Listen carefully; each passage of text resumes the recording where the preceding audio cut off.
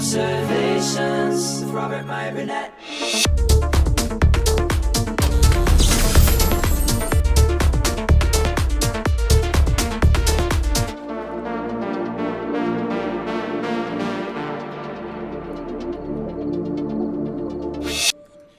Well, good evening, imagination connoisseurs. Once again, it is I, your Duke of Dope Discourse, your master of fun and wonder, and your viceroy of verisimilitude.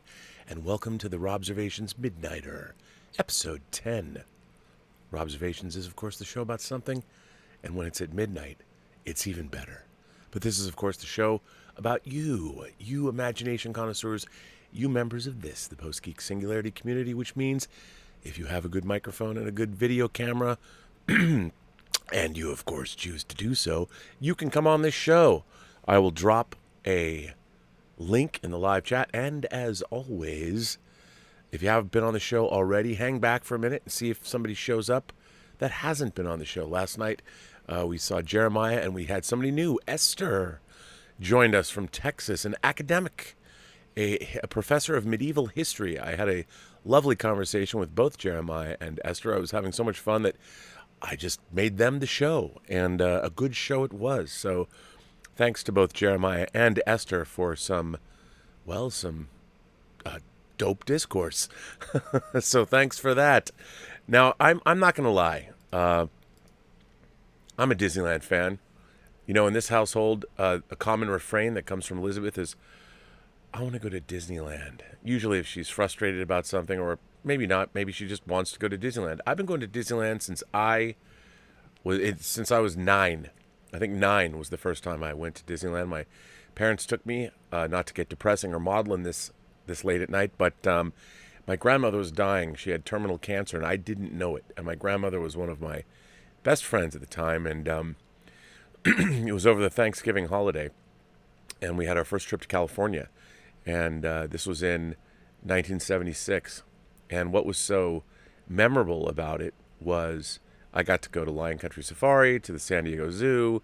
We stayed in Beverly Hills at the Beverly Wilshire Hotel. We saw Universal Studios, where I actually watched them shoot a miniature scene from the movie Airport 77 when the 747 hits the oil derrick and then crashes into the ocean. Which, now that I think about it upon retrospect, if something was that close to the airplane, wouldn't they have known? I don't know. I love Airport 77. I thank my lucky stars that La La Land Records released the soundtrack to Airport 77 just a couple of years ago. But anyway, so also went to Disneyland for the first time. And of course, to go to Disneyland is to fall in love with Disneyland. I know you can be cynical and talk about its commercialism and how everywhere you go, you're supposed to buy things. I get it. But, you know, when I was a kid, and still to this day, rides like Pirates of the Caribbean or the Haunted Mansion, and now newer rides like, well, it's not new anymore, but Star Tours, which is decades old, but now the new version of it.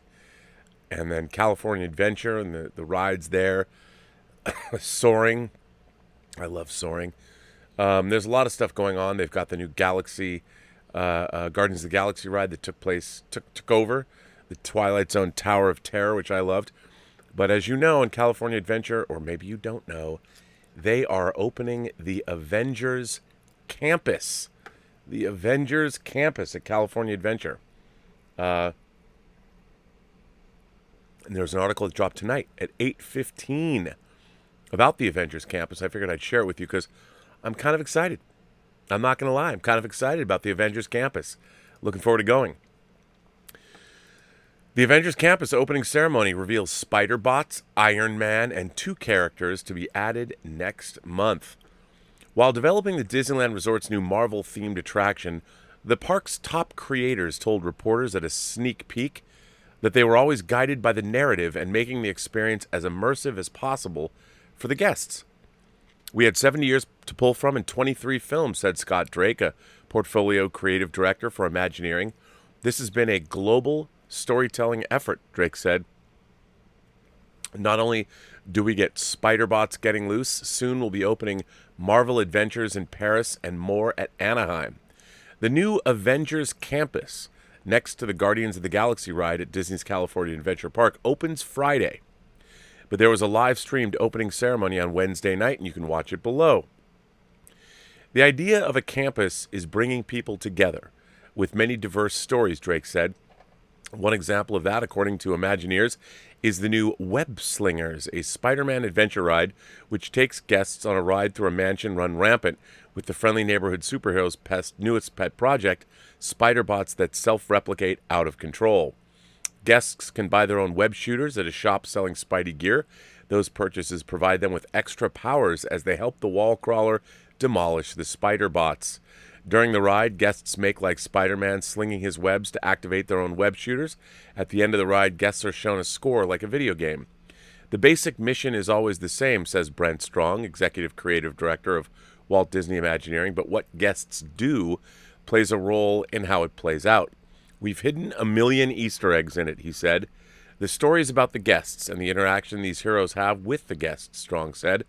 Doctor Strange puts on a magic show throughout the day, but it is different at night, said Dan Fields, Executive Creative Director of Disney Live Entertainment. The Sorcerer Supreme opens a portal after he enlists guests to help him through an enchantment to erect a shield around the campus. This is a massive assembly of heroes, Fields said of his growing cast of characters in the attraction, which include Ant-Man, Iron Man, and his partner the Wasp, and General Okoye and the Dora Milaje of the Black Panthers Wakandan Warriors. Next month, the attraction will add performances of the supervillain Taskmaster, clashing with the Black Widow. I think it's going to be really exciting, Fields said. There are more heroes coming.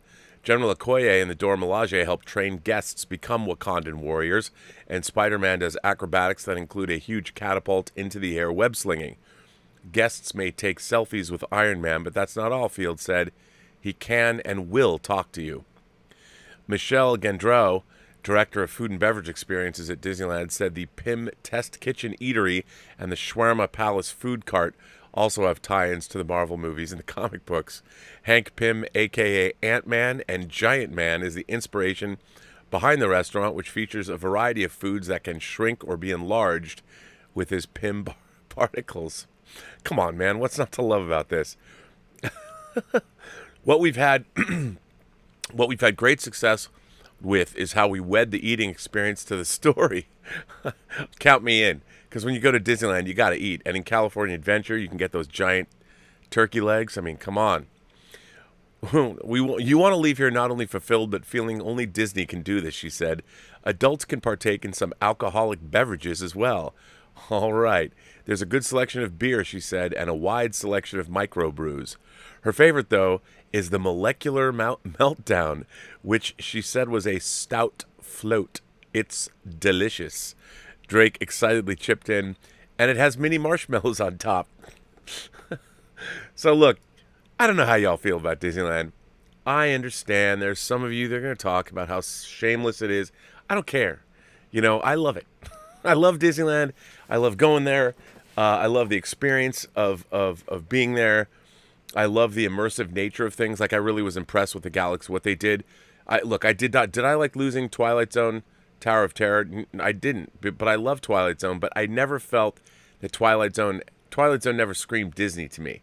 It always felt out of place. I know California Adventure was California Adventure, but it always seemed like, why would you want to go to an amusement park in California that was a California Adventure when you had the rest of the state to actually go on adventures in?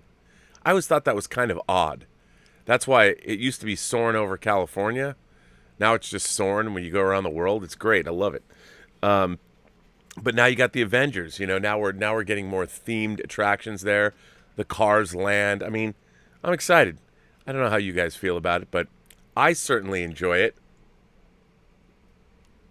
What's not to love? And nothing. That's the answer. Nothing. Nothing is not to love. I understand it's one giant cash register that's taking your money everywhere you go. But you know what? I don't necessarily mind that. Not at all. But maybe that's just me. But I don't know. It could be cool. Could be neat. Hard to say. I don't know. We shall see. Let me see if I have any letters. I don't have any Midnighter letters. I've got lots of Midnight Metal letters. Oh, wait a minute. Here's a letter. Oh no, I already read this. But hey, there you go. Why not just see if anyone else is out there now? Let's just get right to it and see if any of you lovely folks want to jump on in and be a part of the show. Again, I ask you, if you haven't been on the show, just hang back and see if anybody is that we've met before or people that are new. I want to meet people that are new.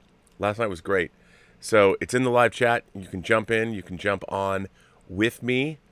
Of course, if you want to interact with me, you can always use the super chat or tip function. That works too. But I love having you guys and girls and gentle beings and kind souls on this show. So that's always a good thing. We'll see who gets here. Whether it's going to happen, whether it's not, up to you.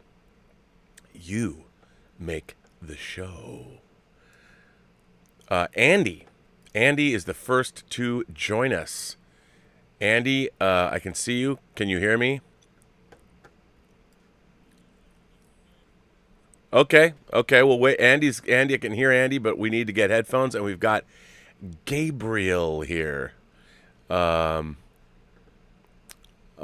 see. I'll put in Andy. I don't know what Gabriel's saying.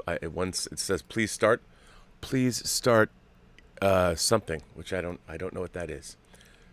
But I can hear you, Andy. You can hear me? A little bit of a delay. Okay, well, hopefully that'll resolve itself. All right. Well, Andy, I'm going to put you in the show if that's okay with you. I'm going to bring you in, and that should be fun. Let me just get you in here, get you situated. Okay, now I can see Gabriel too. I'm going to bring Gabriel in as well. Gabriel, can you hear me? I can't hear you though. I can. If you can hear, I can't hear you yet. I'll tell you what. Maybe fix the sound. Welcome to Andy. Gabriel will be joining us shortly. Andy, how are you, sir? I'm fine. I'm from Argentina. I'm calling from Argentina here. So just in case English is not our first or second language here, so I'll just try to do my best, all right? You sound pretty good. Your English sounds pretty damn good, Andy. Yeah, I learned English, but I'll have some mistakes, so I'll try to do my best. That's all we can ask of anyone. So, thank you. What is Argentina like? I know that you guys a lot of interesting things are happening in Argentina lately. Well, yeah, I mean we're in South America, and we're trying to handle inflation and all those things. But I want to say something. I've been watching your show for I think a year and a half or something like that. Wow. And I've been watching Sean's, John Campus show for a few years, and I've been watching you since Collider, maybe 2015. Yep, that's when I started. Yeah, but in the middle of 2015, you were already there when I would start watching with Sean Schnepp, rest in peace. Yes. And yeah, I've been loving you, the passion that you talk, all the subjects. I want to say something that it's going to feel a little, I'm an imagination connoisseur, absolutely. But I want to say something. I think that from the 30 or 40,000 subscribers you have, I probably am from the part that watch your show to learn a lot of things that maybe we don't know. I'll explain. I've been watching people talk about Star Trek my whole life, but I've never been a fan of Star Trek. But since I've been watching your show, I learned so much about Star Trek. You know what I mean? I love that. Makes me feel good. Thank you for that. I appreciate that. But this is the thing. Before I started watching your show, the only thing that I really saw that I liked, that it was something like Star Trek, was this movie from '99. What was that movie that was like a letter fan to Star Trek that Scott Mans always references? That movie with Galaxy Quest? yes, Galaxy Quest. And I know Star Trek fans are gonna hate me if I say that Galaxy Quest is like Star Trek because I don't know what I'm talking about. I'm not a Star Trek fan, just learning here. But since Scott Mans actually put Galaxy Quest in his Star Trek top movies. Yes. I thought that, okay, I saw that movie. I love Galaxy Quest. That's what I'm talking about here.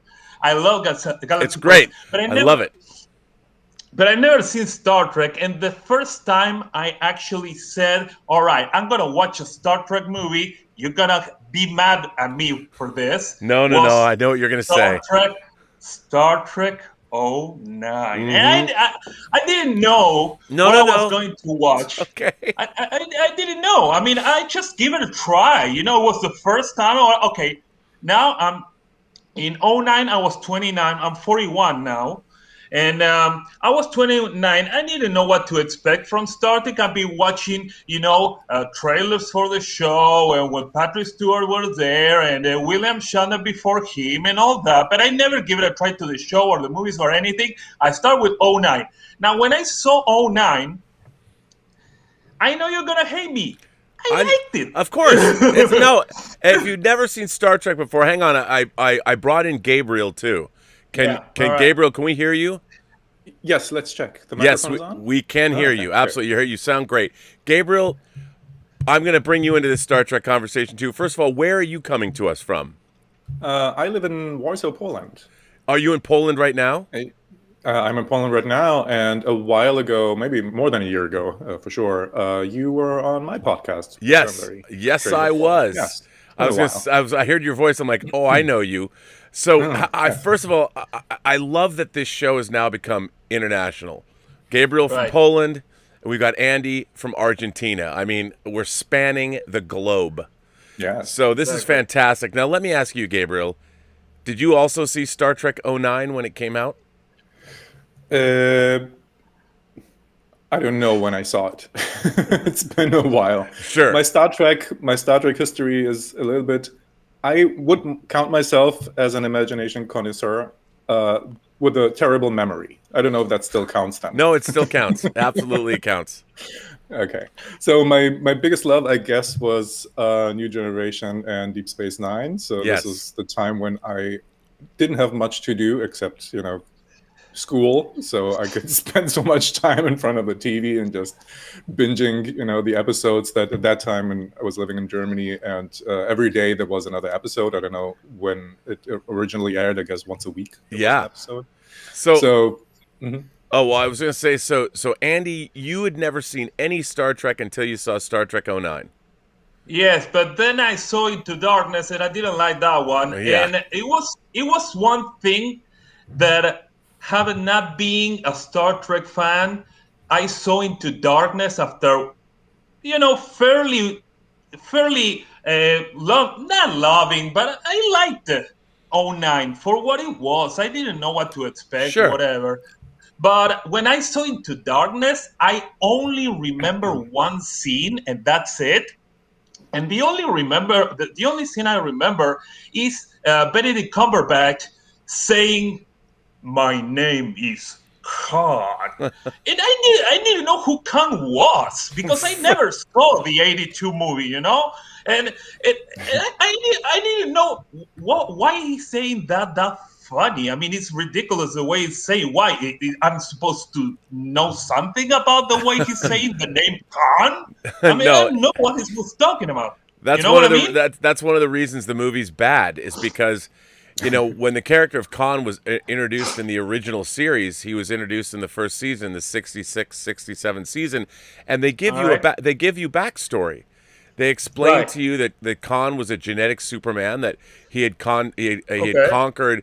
He was ruler of a quarter of the world's population, basically from India all the way to Africa, and he was genetically superior, and the rest of the world they teamed up against him and they overthrew him, and he left the Earth with 96 other genetically engineered people to go maybe find another planet that they could settle and make their own.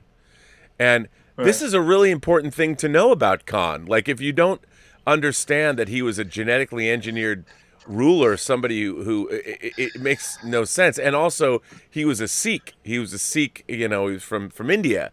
He wasn't Benedict Cumberbatch from the UK. So it was a very weird choice. And the fact that they expected the audience to just know who he was, I think, a huge, utter failure on the filmmaker's part. Because I want to say something else. After maybe a few months after start watching your show, because I saw Campia for so many years, then you were a guest and all that, and you start your network and everything was okay. But maybe after a year you start your network, I started watching your show and I'm loving it. But I remember you always talk about Star Trek and all the details, and I'm learning and I'm fascinated about Star Trek fans. I'm not a Star Trek fan, but I'm like a fan of Star Trek fans. You know what I mean? Because you talk with so much passion about this, and it's so entertaining to just watch you talk about Star Trek. You know what I mean? Not being a Star Trek fan. It's just entertaining to your rants on Star Trek are the most entertaining. I watch it. Okay, I have to go dinner. Okay, I have a Robert Meyer Burnett rant about Star Trek. I have my dinner table. I can watch you. But I will tell you something else. One time I have Netflix, and in Netflix you have all the series from Star Trek. All right. So I decided to try one time to start the first show, the original Star Trek, to start watching it to see if I liked it, if maybe I didn't like it. All right, let's give it a try. Now, at that time, I haven't seen a show from you maybe you did it many times to explain how to watch Star Trek the proper way. Yes. But I haven't seen that show before that. So I made the first rookie mistake of watching Star Trek. What did I do? I start from the cage. Yeah, I saw the cage. I saw the first look, this is okay, and it's the thing that about the cage that I think is unfortunate now is that when people watch it first, they make use of the cage later on in the first season of Star Trek and split it up into a 2-part episode. And what I loved about that is the cage was rejected by the network, so the cage never aired on TV until the late 80s. But within the context of Star Trek, it's more fun if you see the cage within the 2-part episode, the menagerie, because it really gives you, it compares and contrasts what the modern era of Star Trek is. And if you just watch the cage by itself, by the time you get, 10 episodes into Star Trek, you have to see it again in the context of the menagerie, and maybe it would work that way. But let me ask you, what did you think of the cage? Okay, I liked it. I actually liked it. It's good. But I remember that the first time I saw it, I thought, where's William Shatner here? That's the first question. So am I getting this wrong? Am I getting like a different show here? Or what the hell is this? You were. This guy?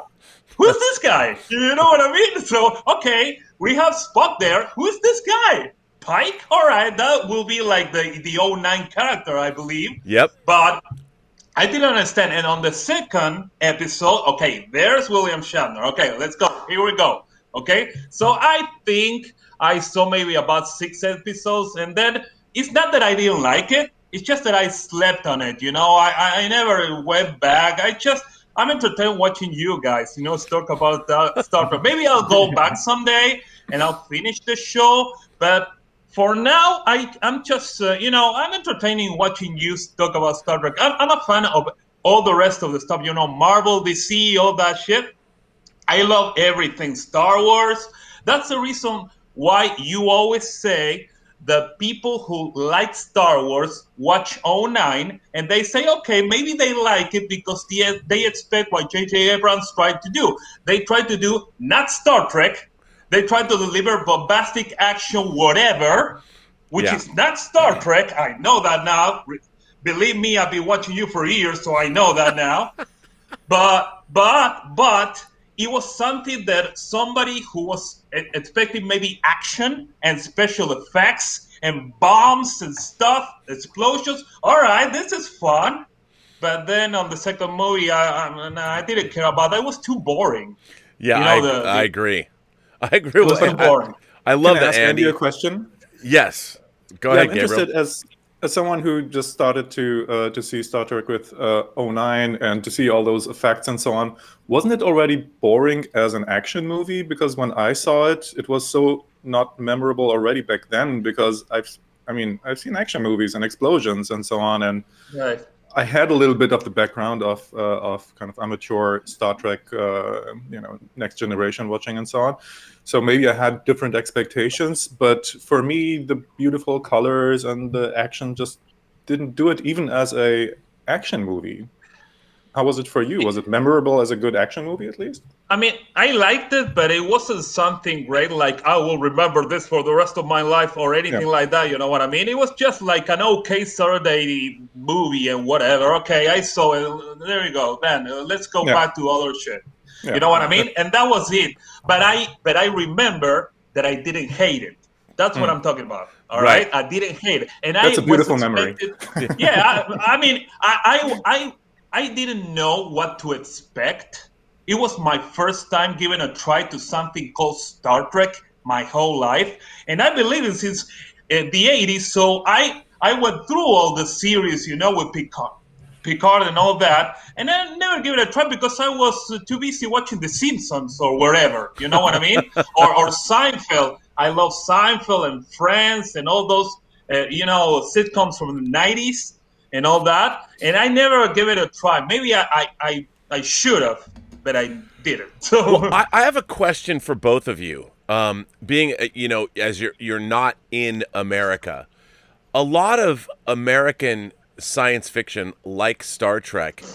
Star Trek was born out of the '60s. The idea of John F. Kennedy's Camelot. It's very much like American democracy goes to space. And we're bringing American ideals to the aliens of the universe. How do you both feel about American science fiction and fantasy films? And do you think that they're too American, or do you feel that there is a worldwide appeal to? I mean, Marvel obviously seems to appeal to the world. But Star Trek, I think, is more narrow. Star Trek was never traditionally very successful foreign. Like, it's successful in Germany and the UK, but it wasn't very successful. I mean, there are Polish Star Trek fan groups and things like that. But how does American science fiction? I guess I'll start with you, Gabriel. Being that you're in Poland, a former Eastern Bloc country. What is American sci-fi like Star Trek? How is it perceived in Poland? Well, just for context, I moved from Germany, so I've been in Poland for the past 6 years. But originally, I kind of more or less come from Germany. Oh, so yeah, well, which was always Deep Space Nine was hugely popular in Germany. Yes. Well, I guess the same would apply. I mean, being from Germany, I mean, still, how would you feel as a European then about Star Trek? For me, there are two, so science fiction movies in general, right? Or American science fiction movies. So for me, there are two categories. There's one big category where American science fiction, for me, for my palate at least, easily was perceived as condescending. And there's a second category of science fiction movies like 2001, Arrival, Aliens, things like that actively play with the unknown and are kind of horrified by the unknown, that felt pleasantly open, but there's like, what is the thing with Tom Cruise, the remake of War of the Worlds, for example, where it's always the American guy saving the world, this kind of thing that's like, yeah, okay, they're doing the cowboy thing again. Right. Well, what about you, Andy? I mean, how do you feel about, obviously you like American programming. Have you lived in Argentina your whole life? Yes, I lived in Argentina my whole life. My sister lives near Miami. So I've been into the States one time. I liked it, but the thing is that when I watch movies, there are sci-fi. And if we're talking specifically sci-fi, not comedies or whatever, right? Sci-fi, I don't believe them like they are American. Maybe they are, and I'm not thinking of it. You know what I mean? Yeah. Maybe they have a lot of tropes and a lot of things that are truly American. And because I'm enjoying the story, and I'm engaged into the story, I'm not thinking, oh, that's really American. Right. I don't know. I'm just watching the story unfolds and all that. And maybe it is American, but I'm just not paying attention if it is an American or not. Now, that's very different with comedies. And you already talked about this, all right? So in comedies, yeah, I know you didn't ask this, but in comedies, it's a whole lot of story. It's another story because there are many comedies that John Campia always talked, and you too. There are the funniest comedies in the world, like that Will Ferrell. What was that movie with Will Ferrell that is like a newsman? Oh, yeah, Ron Burgundy. Ron Burgundy. I'm sorry. In foreign countries, at least in Argentina, we don't understand shit about that comedy, I mean, we see that. It's called like Anchorman. Anchorman is the name of the movie. Anchorman. Yeah. We're like this. Is that funny? All right. So you know what I mean? So it's American comedy. That's American comedy. But in sci-fi, I don't think about that. I'm just watching aliens. I'm watching, action. I'm watching maybe a good story. I wish, and everything. And I'm not thinking, oh, that's too American. I don't like that. I'm not thinking about that. You know what I mean? That's why go ahead. No, go ahead. Yeah, I just want to say that even in Next Generation, as much as I like it, and I, just like you, Andy, I started to rewatch the first episodes on Netflix because it appeared in my Netflix feed. Right. So it's what is so nice and interesting about it, it's so ethical, and almost every episode they struggle with humanity and what kind of values they want to represent, and the first directive, and all these themes. But there is still something we bring democracy not to the world but to the universe. There's kind of a way of thinking like that, and it doesn't strike me as badly as an Independence Day, for example, where the American theme is so present. But there's still this touch to it where I feel, maybe only in America this could have been done. Yes, that's okay. Now, I was thinking about something like this, right, when you were talking, Gabriel, about Aliens, that when I watch Aliens, which is, of course, one of the best sci-fi or maybe action movies ever made, when I watch Aliens, now that I'm thinking it, I'm not thinking about, that crew of Marines are real American Marines. But they are not representing America. They're in 200, 400s in the future, They're representing a whole world, maybe. So why are they so American? Now I'm thinking about this, but when I watch Aliens, I don't think about that. I'm just watching, this is the best movie ever made, and that's it. You know what I mean? Well, that's what you should think. I was just curious because asking that question because, I'm a big fan of science fiction from all over the world. And I I grew up reading, I was a big fan of Russian science fiction because of Tarkovsky, but I read Arkady and Boris Strugatsky, who wrote Stanislaw Lem. Stanislaw Lem was Polish, who wrote Solaris, but then the Strugatsky brothers wrote stuff like Hard to Be a God, which is an interesting film, and Stalker is based on a book they wrote called Roadside Picnic. So let me ask you this, now that I think about it, Andy, there is a movie, I think it's an Argentinian movie called Mobius, and it's about trains. It's about a train. Not Argentinian. It's not Argentinian?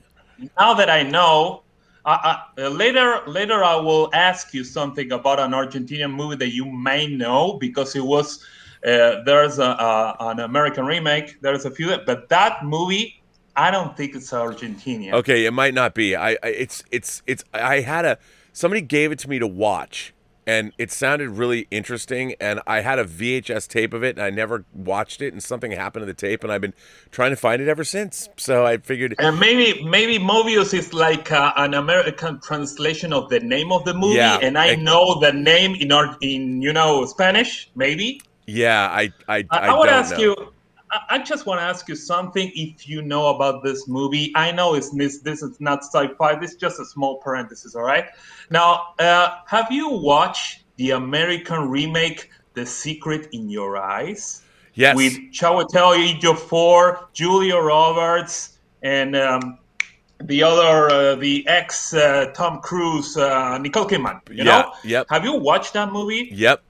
Now, I own that movie, but I have the original version. The Argentinian Academy Award winner. Yes. 2010, El Secreto de Sus Ojos, The Secret in Your Eyes in Argentina, right? I own that movie on Blu-ray. You own the original? Yes. And you like it? I loved it.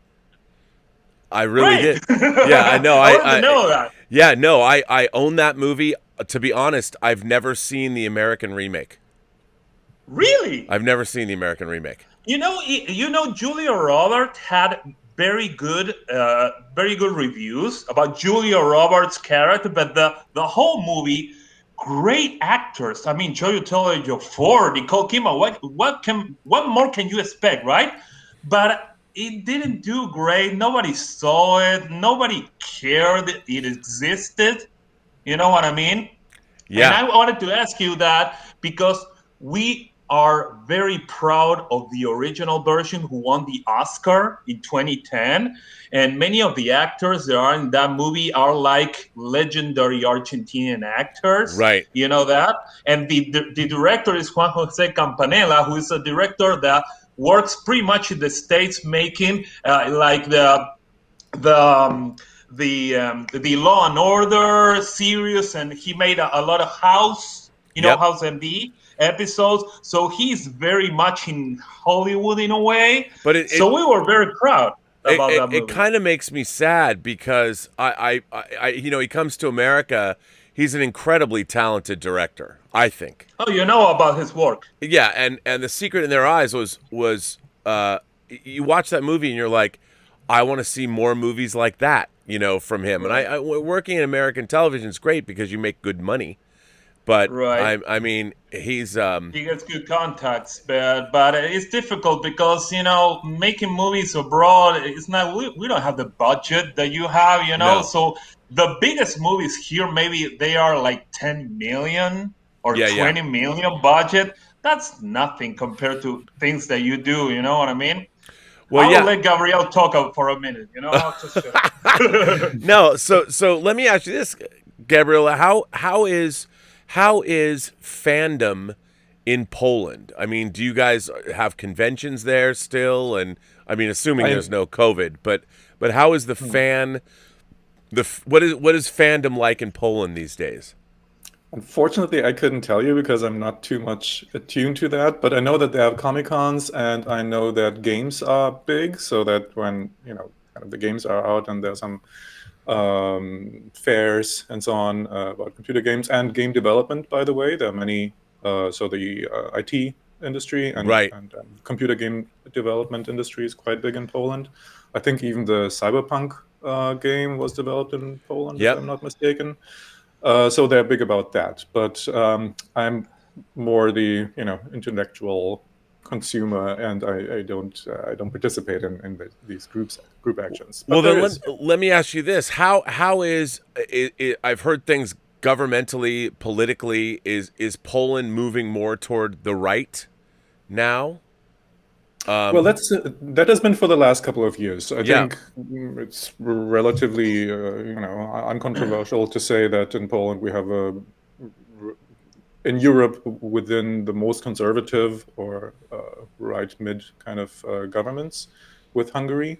So yeah, that's fair to say. How I mean, I always find it interesting that genre fiction, whether it's science fiction, fantasy, horror, just the fantastic in general, is, I think, by definition a more liberal genre overall. Yeah. Because I mean, obviously people could say that Star Trek is very conservative in a way, but I think the idea of seeking out new life and new civilizations is an inherently sort of liberal idea, because, you know, a conservative group isn't necessarily going to be like, hey, let's get on a spaceship and go see if we can find other people that we don't know yet and go out and find the unknown. That's not exactly a conservative ideal, you know. Let's just stay home and let's keep things the way they are. Let's just do that. And I'm curious about, like, the world seems to me thriving, like science fiction, fantasy, and horror the world over, whether it's everything from Harry Potter to the Marvel movies to Star Wars to what video games, like you said. That I just saw a documentary about the company and Cyberpunk 2020, was it 2019 or 2077? The company, the Polish, the rise of that Polish company was very interesting, and how they started with their gaming. And obviously there's been some problems with the launch of that game, but the company that made it is pretty interesting. It's a pretty interesting story. And, you know, it wasn't something I would have thought would have come out of Poland. But then the world is no longer closed off the way it was. You've got high-tech hubs in Israel or Poland or Russia. I mean, Russia, the film industry is being able to make blockbuster movies. The storytelling hasn't got there, but the technology, they've got some great effects now. And you've got companies from, a friend of mine made a giant spider movie, and the special effects were done in Pakistan. So the world, on one hand, we see there's lots of division between governments, whether it's China and America or the former Soviet Union, Russia and America. But on the other hand, I think science fiction, fantasy, and horror, at least making of it, whether it's video games or movie making, the new Fast and the Furious movie, some of it was shot in Georgia. And I don't mean Georgia in the United States. I mean Georgia in the former Soviet Union, Georgia. And I thought that was pretty amazing. You know, that movie making. I made a film in Bulgaria, you know, where I was in Bulgaria. And we had our crew, there was like 6 different languages spoken on set. I felt like I was on the smartest movie set ever. and I really do like to see how this material is sort of bringing the world together. The fact that, look, late night I can talk to somebody in Poland and somebody in Argentina. We can talk about Star Trek. It's unbelievable. Right. This is the kind of planet. I'm being a fan of Star Trek, and we're talking about Star Trek, right? Yeah, I mean, but this is what I live for. You know. And Can I ask you something? Yeah. Can I ask you something? Me being in Argentina, and I was raised a Jew like you, you know. I've been watching you talking about this movie, Tango Shalom. It's coming to Argentina. Right, but the thing is that I always seen you talking about Tango Shalom. I'm being from Argentina and being raised a Jew. You know what I'm talking about, right? It's like it's made for you. Right, but even though I'm not religious, it's more like a community thing, being a Jew, you know, and all that. At least for me, I'm not religious. My parents aren't either. But the thing is that you've been talking about this movie for so long, you know. So long. And after years, maybe I've been watching like at least 3 years watching you talking about this movie. When is this movie ever going to come out? You know what I mean? Well, I mean, 5 years it took to you. Yeah, 5 years because it was truly an independent movie. I mean, it was a family affair, and that's the reason why it took so long. Yeah, well, they would have to raise the money, and then we work on it, and then they'd raise some more money. And there was a time when we were working on the film back in 2017 where we finally had a first cut of the movie, and the producers kind of went away for 8 months. Right. And I kind of one day, everything. You know, and the entire movie where I'm sitting right now lives on my computers here, and I have it all. And I called him once. I said, "Hey guys, you know, there's hundreds of thousands of dollars invested in this movie, and it's here on my hard drives, and I haven't heard from you in months." You know, and then we finally got back to doing it, and what was interesting was we finally finished it. The finished version that we approved, that we all liked, was finished in December of 2020. And Right, December 2020. Yeah, we showed it right before the holidays, and then after the first of the year in 2021, it was finished in December of 2019. And then in the beginning of 2020, we were getting ready and gearing up to start sending it to film festivals. Right. And so we were doing that, and then COVID hit in March. And so all of these festivals that we started to get into all around the world, India, Turkey, and then all of these festivals were either postponed or stopped altogether. So another year had gone by. So in 2020, I didn't really work on the movie. I just kind of sat around, and then sort of at the beginning of 2021, that was when festivals started up again, virtual versions of the festivals. And so Tango Shalom, the first time it had been seen by anybody was actually, it had its world premiere in India, which is so weird. I remember you said that. Yeah, so we've been playing. I was coming to Argentina. Yeah, it's going to be in the Buenos Aires International Film Festival. But I live in Buenos Aires. Well, then I will stay in touch, because I'll post when it's going to happen. I don't know if that's a virtual festival or not. Right. And Tango Shalom is a very small movie. I mean, it's very much an independent movie, and it's a family affair. It's a sweet. And the genre is it's not going to appeal the masses, a musical fable, like you said, and all that. And most of all, that is from religious people. Maybe some people are not that great about watching an Orthodox dancing, maybe, you know what I mean? So, especially not the Orthodox. Not disrespect, right? Maybe the movie probably is great, But the thing is that it's not my cup of tea, even though I'm curious, you know what I mean? Because it says Tango Shalom, so that's the reason. Yeah. But I want to say something about that, just very quick, because Gabriel, I'm sorry, I don't let you talk. But just one small thing. There's a very important subject you always mention the last months about what's the value of content.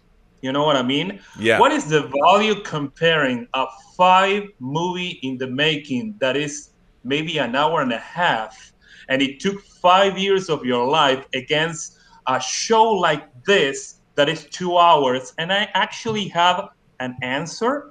That is my opinion, of course. That is, one thing is a feature film. The other thing is that this is not to disrespect anybody, but in my opinion, you cannot compare a YouTube show against a feature film. You know what I'm talking about? I totally do. But it's what's really interesting, and this is a philosophical question that I have been wrestling, because my whole life I've wanted to make movies, and I've been lucky that over the last 30 years I've worked on a lot of really interesting things. Like, I've enjoyed them, but none of them have ever been like breakthrough commercial successes. Like, none of the movies.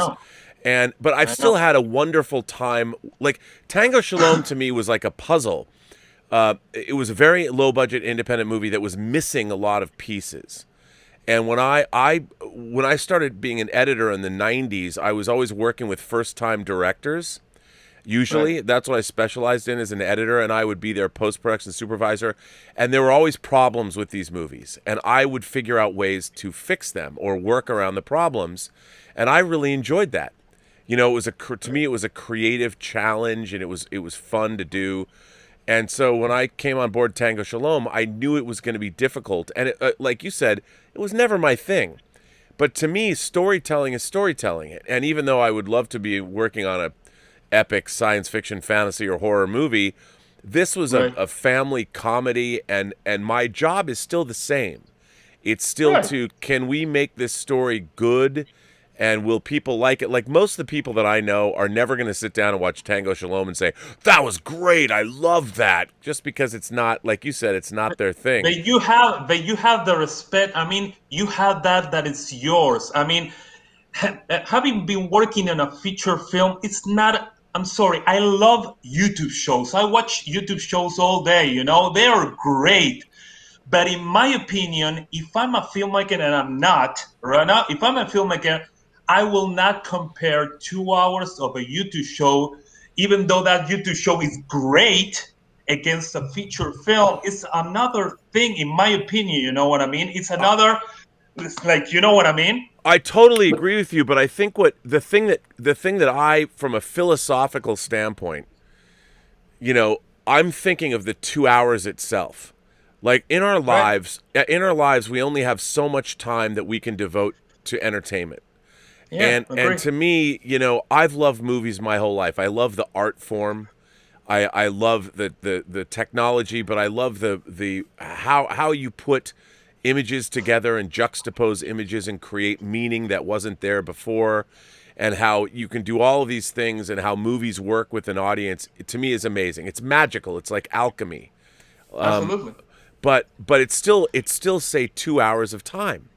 And when somebody gives you, to me, like right now we're having this conversation, I can't believe I'm sitting here thinking to myself, I can't believe that I am now talking to two gentlemen on complete, well, maybe not total opposite, but very far away. Like I'm in California, you're on the bottom of the planet in Argentina. Absolutely. I mean, Absolutely. Gabriel's over in Eastern Europe and in Poland, and all the different. It's amazing to me, and I think to myself, the time we're spending talking right now, it can be just as valuable to people as, say, a movie.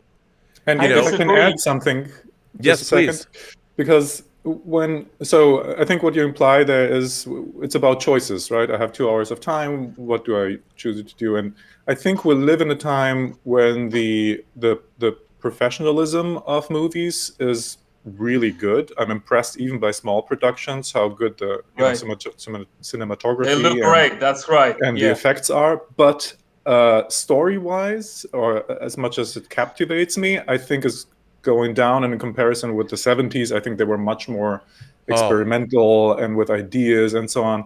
So for me, it's not just the element of comparing, something that has high value and thought through with something that is low budget like YouTube videos. It's also what is more fresh and alive. Yes. And often, I have Netflix, and I think like, do I want to look at something, a mediocre story that is not interesting for the 2 hours? And like, no, I'm not interested in that. I've seen that 1,000 times. In the first 3 minutes of the movie, you see, where it's going and where it's ending. So why would I waste my time with that in comparison to something that is alive, a conversation where you don't know where it's going, and it kind of has this interesting factor, and where, again, also in comparison to a movie that was, started being created 3 years ago, and everything is old about the movie to a certain extent, right? In comparison to something that is very fresh in a YouTube video that is from today or 2 days old. So there are some things that YouTube content has way ahead, I think, of many of the movie productions. It's not just the high value movie versus the fluffy YouTube creation. Right. No, and to me, that's what I guess for me, because I love I love the art of cinema, how it is all put together, and I would work on movies for years if that's what it took. I mean, sure, I'd like to make a movie a year just because I'd love to have more output. But for me, working on any movie is a privilege, both as a producer, as an editor, as a director or a writer. I love the art of cinema. I just feel that, nowadays, like you just said, Gabriel, I'm the writing, like I grew up as a child of the 70s, and that's what I was watching those films, and I feel that there's a level of maturity we're getting a lot of great storytelling on television now, like the HBO series that people are talking about, the Mayor of Easttown, that Kate Winslet stars in. Yeah. Fantastic. I mean, it was so, and the idea that you have this murder mystery, but it was also wrapped up in what it means to overcome grief, and there was so much. It was so rich, and I really enjoyed it a lot. And I think movies have lost that. I mean, I go back and I watch 70s movies, and I'm like, my God, these movies were made for adults. And I feel now, as much as I love things like the Marvel Cinematic Universe, there's still comic books. They're comic book based movies, and they have things to say, but it's not like, look, talk about Polish movies. I would love to watch Krzysztof Kieslowski's The Decalogue, which is, for those of you who don't know, there was a Polish filmmaker named Krzysztof Kieslowski who made, people know him from his Red, White, and Blue trilogy movie or The Double Life of Veronique or something, but he made for Polish television a movie called, it's a series called The Decalogue, and they were each stories based around the Ten Commandments. Now, they're not biblical stories. They take place in the modern age, but they use the concepts of the Ten Commandments and put them in to a story. And it's fantastic. I mean, I'm a huge Kieslowski fan, and I'm like, would anybody watch these movies, anymore? And, The Secret in Their Eyes. As an Argentinian film, I read about that movie. It came out on disc. I watched it and bought it, and I'm like, this is a really adult film that deals with adult themes, and it deals with real... And era, the dictatorship of the era. Absolutely, and you're going back into the 70s, and you're seeing, and the same with Poland. I mean, not just what happened to Poland in World War II, but afterwards.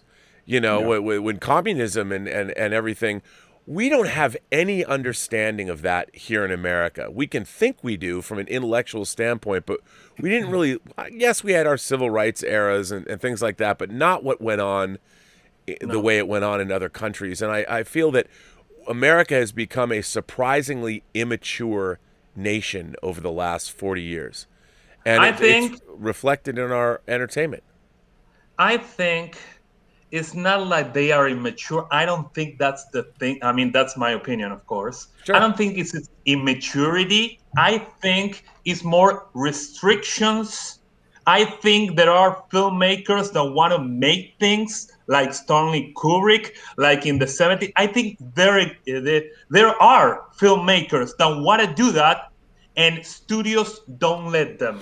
I think that's the thing. No, you're 100%. You're 100% correct, because. But I think the studios, it's not because the studios are immature. I think the studios are thinking right now, we are going to be canceled if we make this movie? Well, we have to make it proper so all the world is happy, and we can make mature things like that. You know what I mean? But that's exactly right. I mean, when you like you said, you gave a great example, Andy, about how American comedies don't travel. Absolutely. Because a lot of our comedy is colloquial. American comedies. The 40-Year-Old Virgin is my favorite comedy in the world. That's very American. I love it. I laugh my ass off, all right? Yeah. It's just some comedies. Sure, not all sure. The comedies. But I mean, now, studios they want to make $1 billion on a film. I mean, before, when we were growing up in the 70s, if a movie like Dog Day Afternoon or Serpico or The Conversation or any of these classic movies, they weren't expensive, relatively speaking, and they didn't have to earn back the kind of money that movies today need to earn back. So the kind of movies that are being made at the studio level, by definition, have to appeal to global audiences. Absolutely. Which means you got action adventure, and I can't even imagine. I love Francis Ford Coppola, his output in the 70s. I mean, the guy made Godfather 1 and 2, The Conversation, and Apocalypse Now from 1972 to 79. And that's just an amazing output. I don't think any one of those movies would be made by a studio today. Yeah. Not even The Godfather.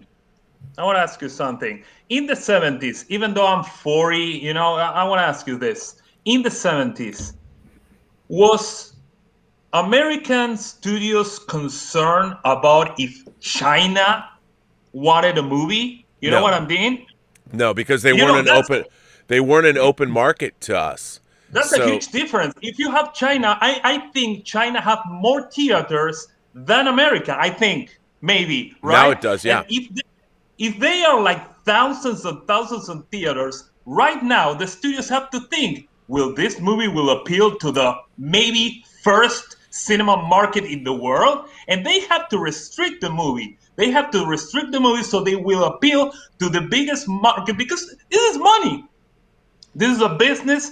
They are looking at money. They are wasting if they don't appeal to China. And I'm not against China. I'm just talking about hundreds of thousands of cinemas that maybe they don't show that movie because, oh no, this movie, we can show this movie in China. But I think that's the wrong thinking, because you're trying to, I don't know which show, maybe the last Campus show you discussed it, Rob, where it's like you never know what happens. There is no time prediction machine. There is no formula that automatically works. So many of the big productions seem to want to appeal to everyone, right? Right. And I don't know if that's business-wise a good decision. Why not to have something that you kind of can see that would work maybe just for the American market? Like often because they wanted dollars. They want the money. Well, some would want the big money, but why is it not possible for a production company to say, look, we don't want to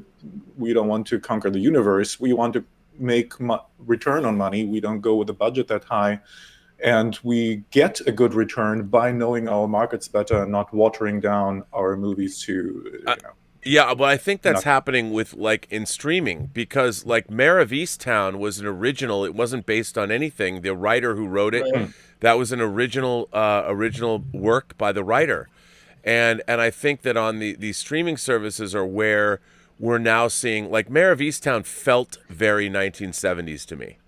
It felt like it was something you'd see in the 70s, and God love Kate Winslet, because that was a fearless performance. I mean, she had no makeup on.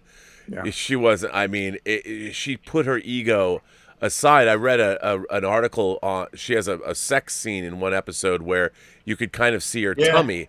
And I read about that. Did you read that? And she has kids, and so the director said, "Hey, we can cut around this," and she's like, "No way, don't use CGI. Yeah, don't use CGI me. Yeah, don't." And she's like, "Listen, I have wrinkles around my eyes," and they had a poster or something, and she's like, "You've taken out all the wrinkles," and she's given this fearless performance, and I mean, God love Kate Winslet. I'm a huge fan of hers, and I just love. I don't know if Manhunter. It was Manhunter in Netflix. Manhunter, the one. Mindhunter, yeah.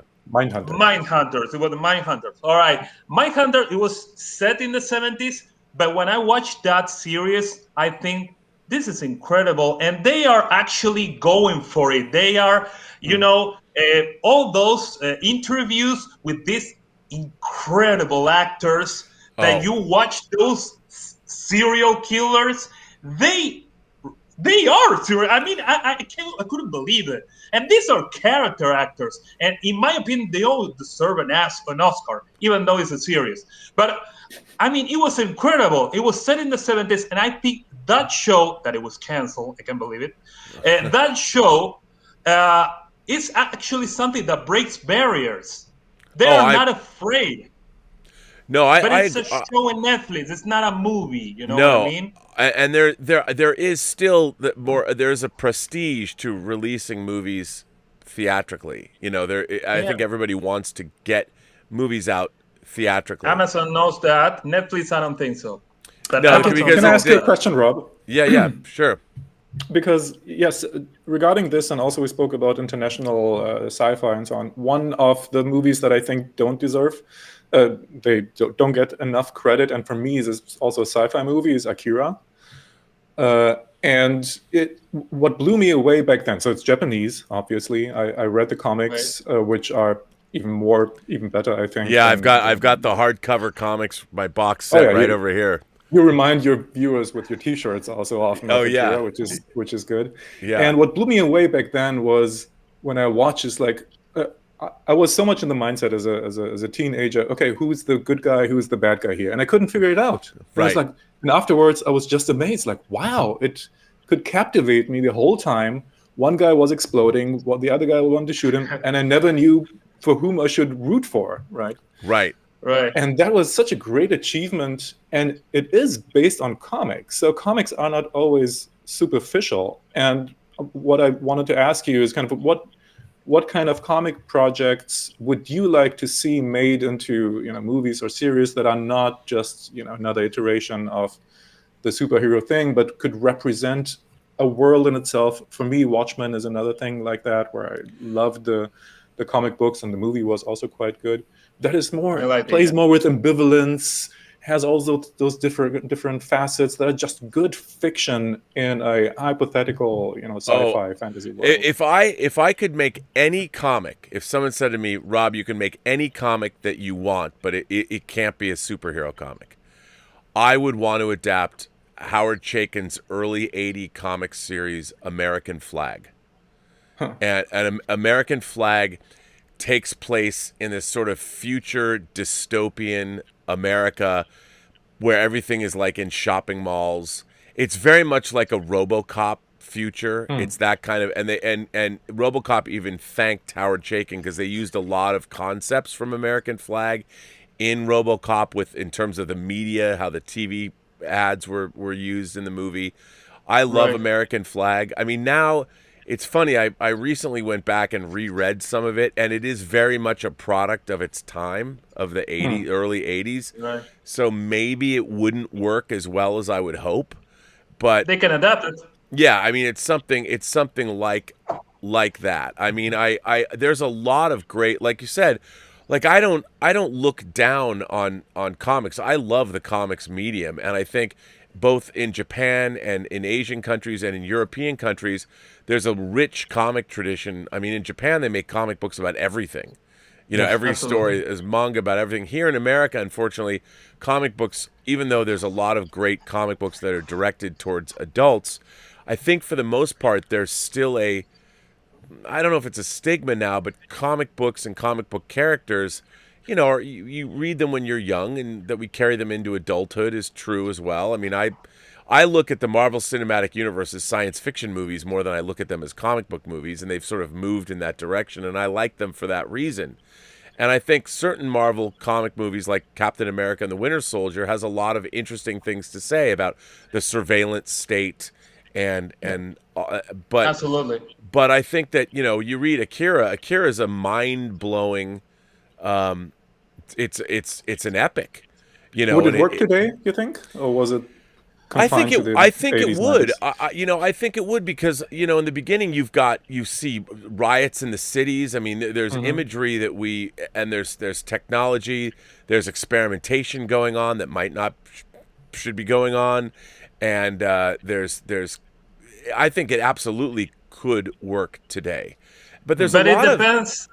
It really depends on the way they adapt it because they have to please everybody. And Japanese and Akira and all that is not safe. You know what I mean? It's not like safe storytelling. They don't care if they have to show whatever to tell their story. So if an American studio wants to adapt that, maybe they will say, okay, but we can't really show that. Can we change that? Like they did in Death Note, in Netflix Death Note, which I didn't like. I'm a fan of the series, the anime series of Death Note. Yeah. And I watched the Netflix. It wasn't awful, but it wasn't what I wanted. It needed a whole lot more money. You know what I mean? Yeah, they didn't want to give them that money. I agree. I mean, I think that there's one of the problems that we have as Americans when we're trying to translate things from other countries is there's an underlying reason that people from those countries created the work they created, and we don't necessarily understand it here. Yeah. And there's like, for instance, I'm a huge fan of Japanese sci-fi. I love and there is a whimsical nature to certain Japanese science fiction, whether it's absolutely giant robot shows or Star Blazer, Space Battleship Yamato. Even they don't have taboos. They don't have taboos. No, even like Gundams, and also a human sexuality. Americans we're still 12 years old when it comes to human sexuality, and we can't deal with that. It's such a weird state of affairs here, whereas you can have sexuality in much more naturalistically in foreign films, more so. Like there is barely any eroticism in American movies anymore, barely any, and it's very odd to me.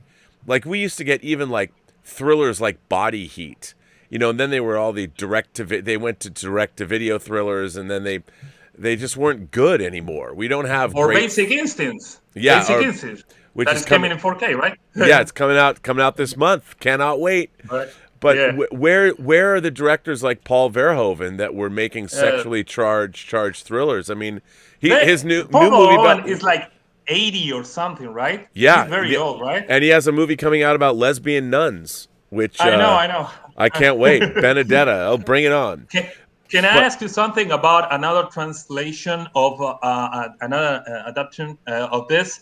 I've heard you talking about Cowboy Bebop, that you know about Cowboy Bebop, and we know, if we care, that Netflix is adapting Cowboy Bebop, right? I think it's a series, right, with John Cho, right? Yeah. Yep. And I haven't heard new news about that. I know they wrapped and they have everything pretty much done, but I don't know where it come out. Do you know?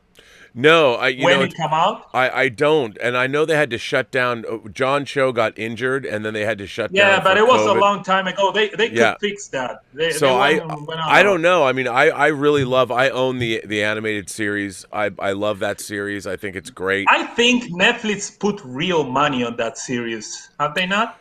Like $100 million or something like that? Well, it's going to be interesting. Like, are they going to use the same music? Is it going to have, because part of Cowboy Bebop? Yes, because Yoko Kanno was the composer for the series, and he's in the Netflix series. So we are loving that, that the same composer is in the series. So you can get that into the bank. But the thing is, are they going to know it?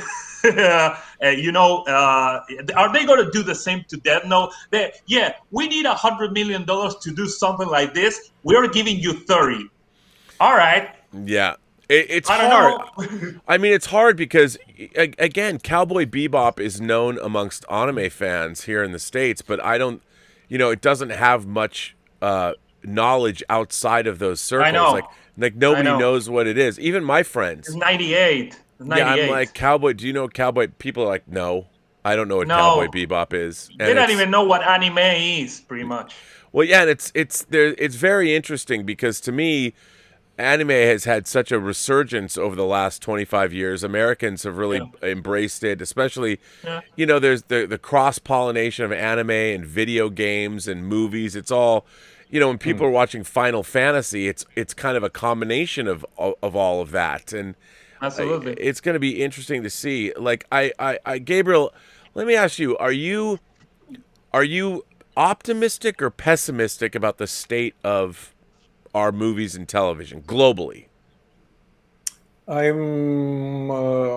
think I'm going through a pessimistic phase right now, but as so often, the movements in society, they're always they're feeding each other. And a time of conservatism, as for a while, I was a lot into the beatnik literature culture of the US, which developed pretty much in the 50s and 60s, which in great parts was a reaction to the incredibly conservative and asexual and straight kind of fantasies that were permeating the culture back then. And so I hope that culture does what it does, and it brings up a counter reaction of low budget, creative, bottom up, grassroots fiction and storytelling that is relevant for our time, and because it will then occupy the fantasies of kind of young people and counterculture people, it will eventually be picked up again by middle and bigger studios to say, oh, maybe there's money to be made there. So that, I hope so. I mean, what I worry about is with the rise of social media and things like TikTok, everybody's pointing cameras at themselves. I mean, I'm doing it right now. We're pointing cameras at ourselves, and I'm wondering, like, where is this same consideration? I mean, look, we're getting a lot of documentaries are great. I watched a fantastic documentary. There's a show called Home on Apple Plus, and about yesterday, it's a wonderful series. I watched the first 2 episodes, and great stuff. But I'm wondering, with all of this TikTok and YouTube and all that, when everyone's pointing the cameras at themselves, I'm wondering, is there enough people pointing the cameras at the world at large and asking the important questions. Like, what are we doing? As a species, what are we doing here? What do we want to be doing? How are we going to change our lives for the better? And I think I think we're in a phase. I mean, social media it's less than 15 years old now. So it's the way it exists. And even less than that, I think. Yeah, I mean, with smartphones, the iPhone came out in 2007. Right.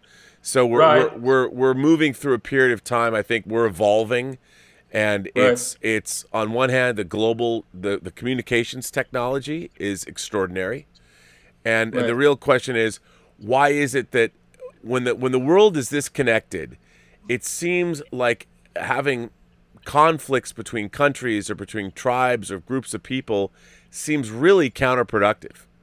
Why are we fighting with each other when we've got technology where we can tell our stories around the planet all day long? I mean, we should be in a big period of time where everybody's coming together, and maybe it's because they're afraid of losing their identities, and that's why. But I just feel that the planet itself, we're in a position where things should be really starting to get much, much better, and yet everyone's at each other's throats. The people don't respect one another anymore, and I'm like, maybe we really do need an alien invasion. Maybe the aliens really do need to show up if the UFO report proves that, yep, there's unidentified air. Yeah, they're here, and maybe they don't care about us. I don't know. Well, that's what I think. That's what I think. The interesting thing that with the topic of the alien invasion thing, it would be a unifier, right? That's one of the ideas behind that. Yeah. So what we need, and what I think inevitably will come up at some point, is a reduction of the complexity. Because with everyone having the, I'm not into TikTok, but everyone having the TikTok videos and the YouTube videos, and people not caring too much about the big corporate kind of shows that were the water cooler discussions the day after. With my friends, we used to discuss the Simpson episode and the Tiny Toons episode and the Star Trek episode of the previous day. We have that only in pockets now, and I don't think that this is sustainable for a society that wants to be coherent. Otherwise, there is a danger of falling apart. This is partly responsible, I think, for the conspiracy theory things. They became kind of unifiers, right, that you can talk about, but they're not very healthy in that sense. No. So I hope that there will be mechanisms to kind of develop big structure narratives eventually that will emerge out of the kind of chaotic landscape that we have today. I think it's necessary, but in a way, I trust that societies do that, but on their own somehow. I think so too. I'm sorry. Yeah. I was going to say that Mus Hussein writes in and says, "Hi, Rob. The legendary comic book writer, magician, and novelist Alan Moore, one of my favorites. I highly recommend his book Jerusalem, but it's a task to read. Has moved into indie filmmaking in his 60s. I didn't know that. Really? Always pursue your dreams," says Mus Hussein. Listen, Mr. Hussein, I cannot say, or Mus Hussein, I cannot agree with you more. I mean, Clint Eastwood just turned 91 and he's still working. You've got Adrian Lyne's making a new movie, Paul Verhoeven's making a new movie, Martin Scorsese's making a new movie. These guys are in their 80s and they're still out there making movies. And I think, I never want to retire. I mean, I'll probably be trying to get independent movies made on my deathbed. I'll be making phone calls. Hey, would you like to be involved? Listen. I'm studying sound mixing. To get to be an audio engineer. I love that. And it's an arm of work that I think I can do until the day I die. Yeah. You know what I mean? And that's unless I go there. But the thing is that it's something that I think when you have a passion that you can follow for the rest of your life, it's a gift. It's a gift that you cannot undermine. I mean, going back to the 2-hour value that you spent 5 years of your life making a feature film against, I don't know, 700 shows tomorrow maybe or today. But the thing is that that's a gift that you need to follow and you need to keep and you need to fight to keep doing it. I think that's the right approach. If you have that passion, because many people don't have that gift to have a passion for something, and unless it's watching TikTok 7 hours per day. But if you have something to do that is creative, that you do have that, right? You need to fight for it, even if it takes 5 years of your life, and then you see it and you say, all right, this is not going to be watched by many people, but it doesn't matter. It has value because it has value to you. You know what I mean? No, exactly. And like I really, the time I spent with Gabriel Bologna, the director, I mean, I learned so much. And I really enjoyed the time. Would I have liked to have gotten rich doing it? Sure. I mean, it was a low-budget indie, but what I liked was being able to get my hands in there, and I was afforded a lot of creative leeway that a lot of other directors would not have given me. So I think being creative is magic. You know what I mean? It is, and magic. And the movie, you know, it's really interesting because it does preach tolerance among people. And coming out now, when they first started the movie, I don't think they knew where we were going to be here now in 2021. And it's winning awards and all that. It's not doing that bad. No, it's doing great, and it's fun to have been to have participated in it, you know. And I'm glad that it's coming out. And then also today I got an email about, speaking of sound mixing, working on.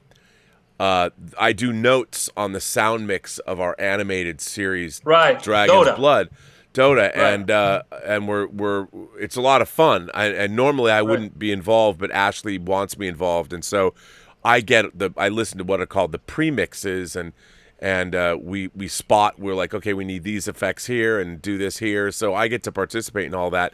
And it's just, I love that. I mean, it's so much fun, and it's another facet to be creative. Even if it's not making you rich, all right, would anybody want to be rich? Maybe, yes, of course, maybe. But the thing is that being creative is like having children. I have a son, you know, and I love my son, and I love my girlfriend, and everything, all that, it's great.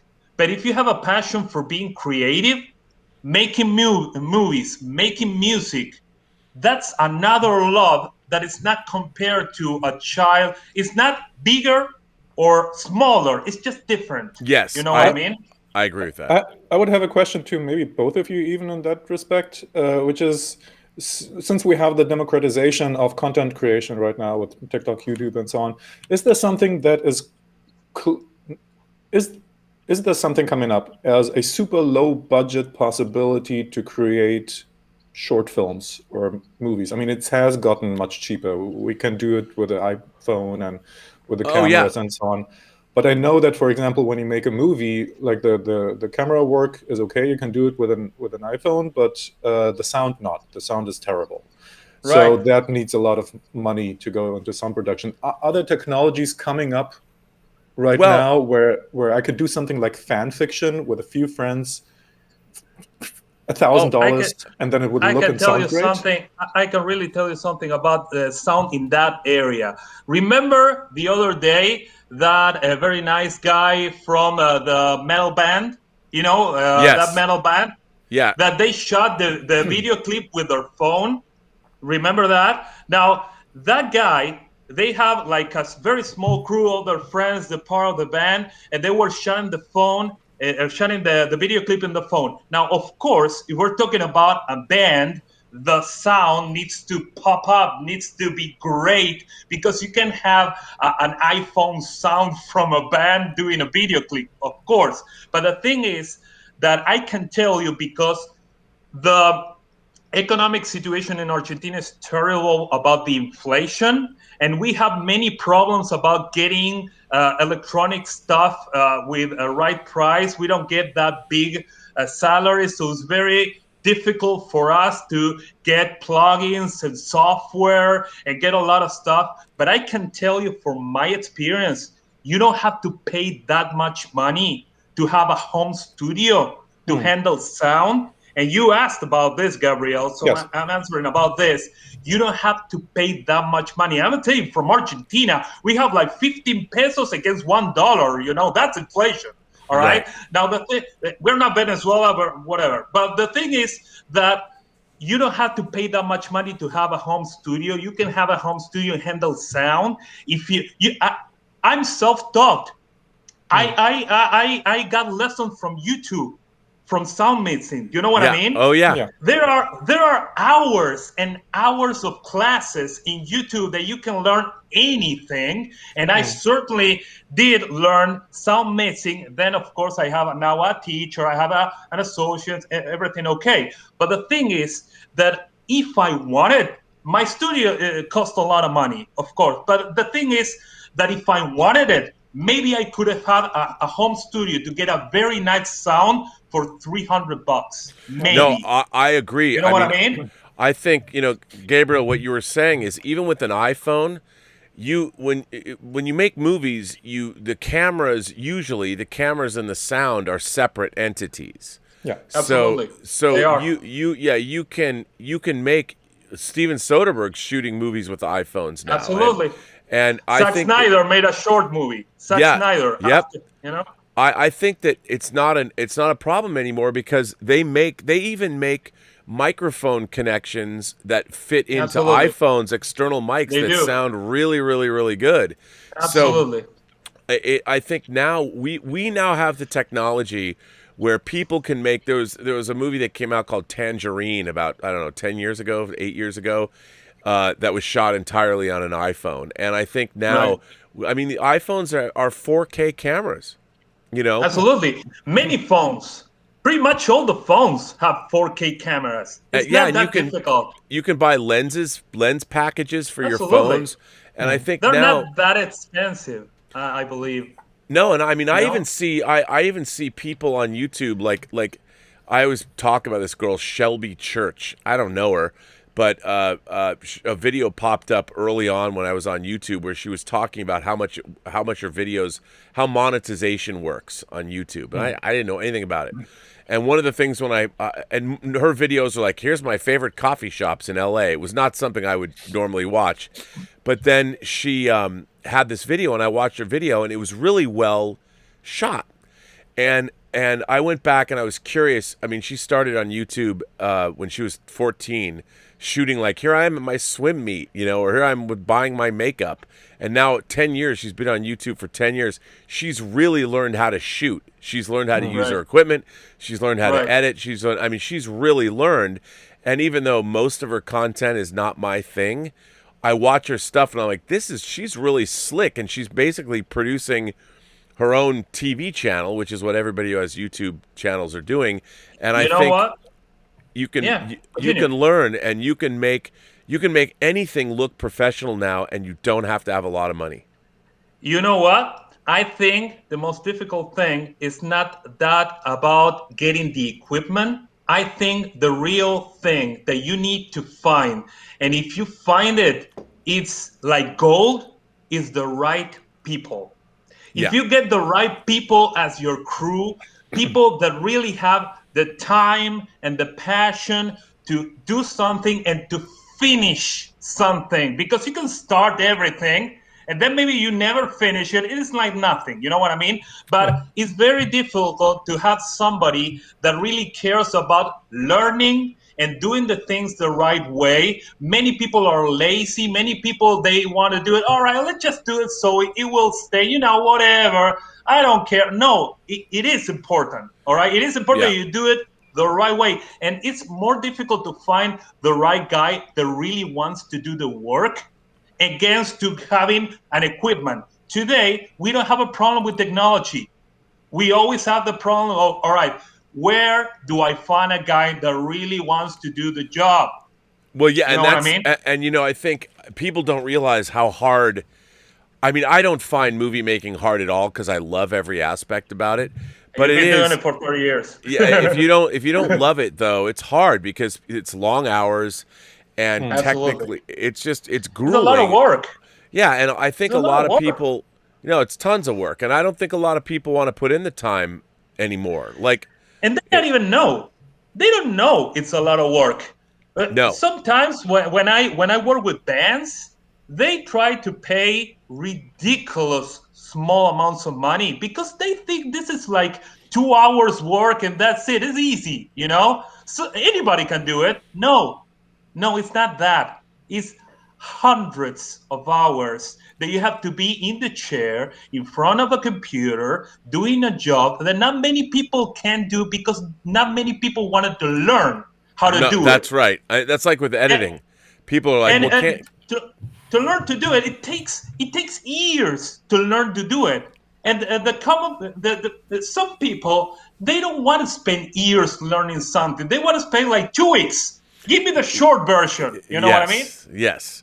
And that doesn't work out so well. It doesn't work because then you have to do a job and you don't know how to do it. And then people that come out to you, they ask for something like they are Van Halen or whatever, and they are not Van Halen. And you are like asking for practically no money, and they are asking for Van Halen. And okay, now I'm working my ass off here. I'm asking you for, I don't know, whatever, very small money. And people don't know how many hours it takes. They really undermine it. They think, all right, it's easy. It takes a week or so. No, it doesn't take a week. You know what I mean? No, and it's interesting because I don't think of it necessarily as hard work so much as I think of it as meticulous work. Absolutely. It's because I love the work, so it's fun for me, and absolutely, it's just there's just a lot to do, and it really depends how. Like, I'll give you an example of something that I did on Tango Shalom. So part of the climax of Tango Shalom, they skimped. So they didn't shoot the climax, the big dance competition, with the same 5K red cameras they shot the rest of the movie with. They tried to save some money, so they shot with 4 different cameras. And each one of the cameras had a different resolution. So one was 4K, one was 2.5K, one was 2K, and one was HD. So they weren't even thinking. They think, we're going to save money. So there's 4 different resolutions, and of course that means there's 4 different color spaces. And you can tell? All these shots were supposed to be intercut, because it's a dance competition. It's all the coverage. Right. So our main character, our female lead, is wearing a red dress. Right. And red from cut to cut. Right. It's very hard. It's different. Yeah, and when I was cutting the movie, like I was putting this off. For like for the 3 or 4 years. I dreaded going into a color grading session. I'm like, this is going to be the worst. So I was pushing it aside because I did a rough color balance between shots just so we could watch it. Nobody told them. The problem with low budget filmmaking is one department never tells another department how they can make their life easier. Nobody ever. It's happened for 30 years for me. So what happened was, this is kind of interesting. So Black Magic, which is the company that made they used 3 Black Magic cameras and 1 Sony cam for this dance sequence. In the time they shot Tango Shalom to now, to 2019, the 4 years, Black Magic had released new software where you could recompress their footage. So from the time I started editing in 2016 to 2019, I had the opportunity where I could go back. So the footage we had was in the 709 color space, Rec 709. It's getting a little too technical, but what this software did was it allowed me to recompress all of this footage, and it would give me more latitude in the colors. So the color space would be wider. So this was a monumental pain in the ass because I had to go through each one of my edits and be like, oh my God, okay, I've got to recompress this. It took me about a week. Now, I didn't have to do this. I didn't have to do it.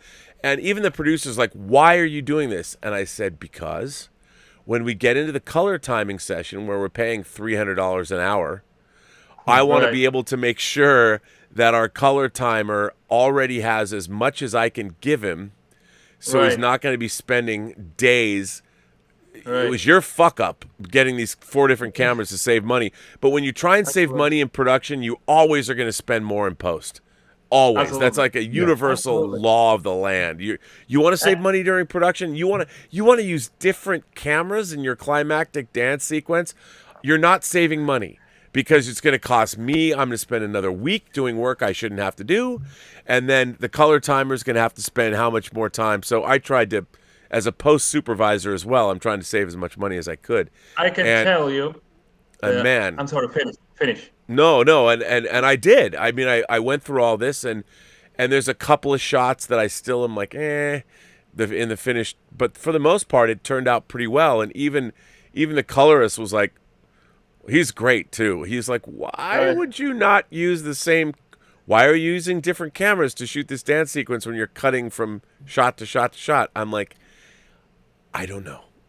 I don't know. I'm like, I wouldn't have done it. I and I know they're trying to save money, but I'm like, you're hurting yourself in the long run. But a lot of people. I tell you, I had a problem like that mixing. I received recording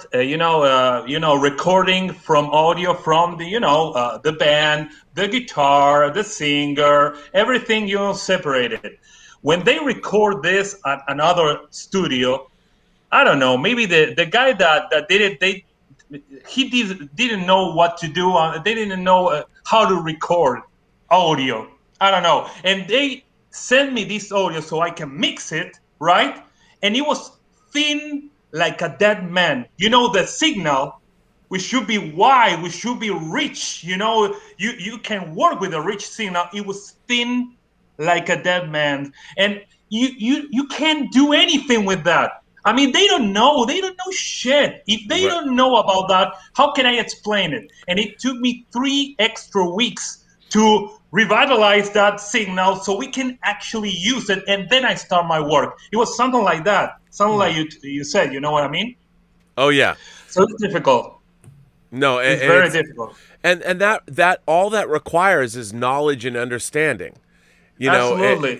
This idea that, okay, well, and I feel like our entire civilization has fallen prey to that nobody really wants to, like, there's ways of doing things that are They better. want everything quickly, right now. Give me everything right now. I can give you an example that has nothing to do with these arts. In the recent decades in East Berlin, there were museums that were renovated. And for the renovation, they had to bring in people from abroad, from Czech Republic and so on, who could do glasswork and metalwork, because people don't do that anymore. Right.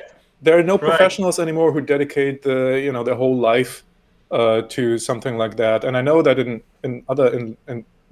low industrialized countries, relatively, there are still professionals like this. In India, there are still people who do their whole life only tea or only sculptures or only this or only that, and they're tailors, and they're incredibly good at this. And they had to bring in for huge amount of millions they spent on importing those specialists from abroad because nobody was there to do it.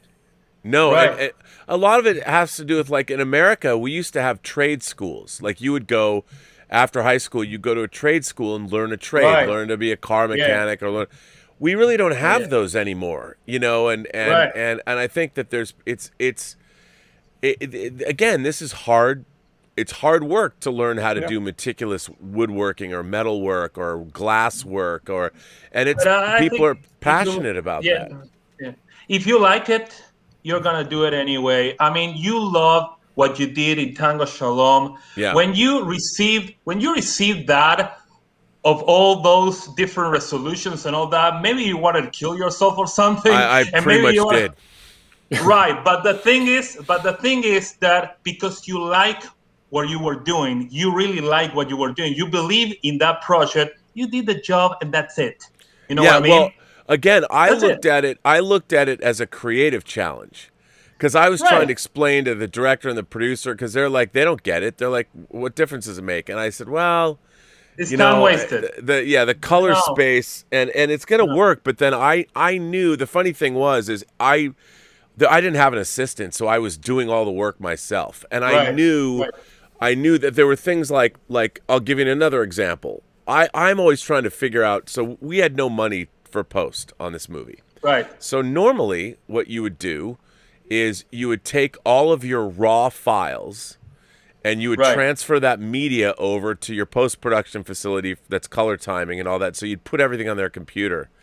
And you'd have to have all the different individual files. Well, that costs money. You know, somebody at that facility has to.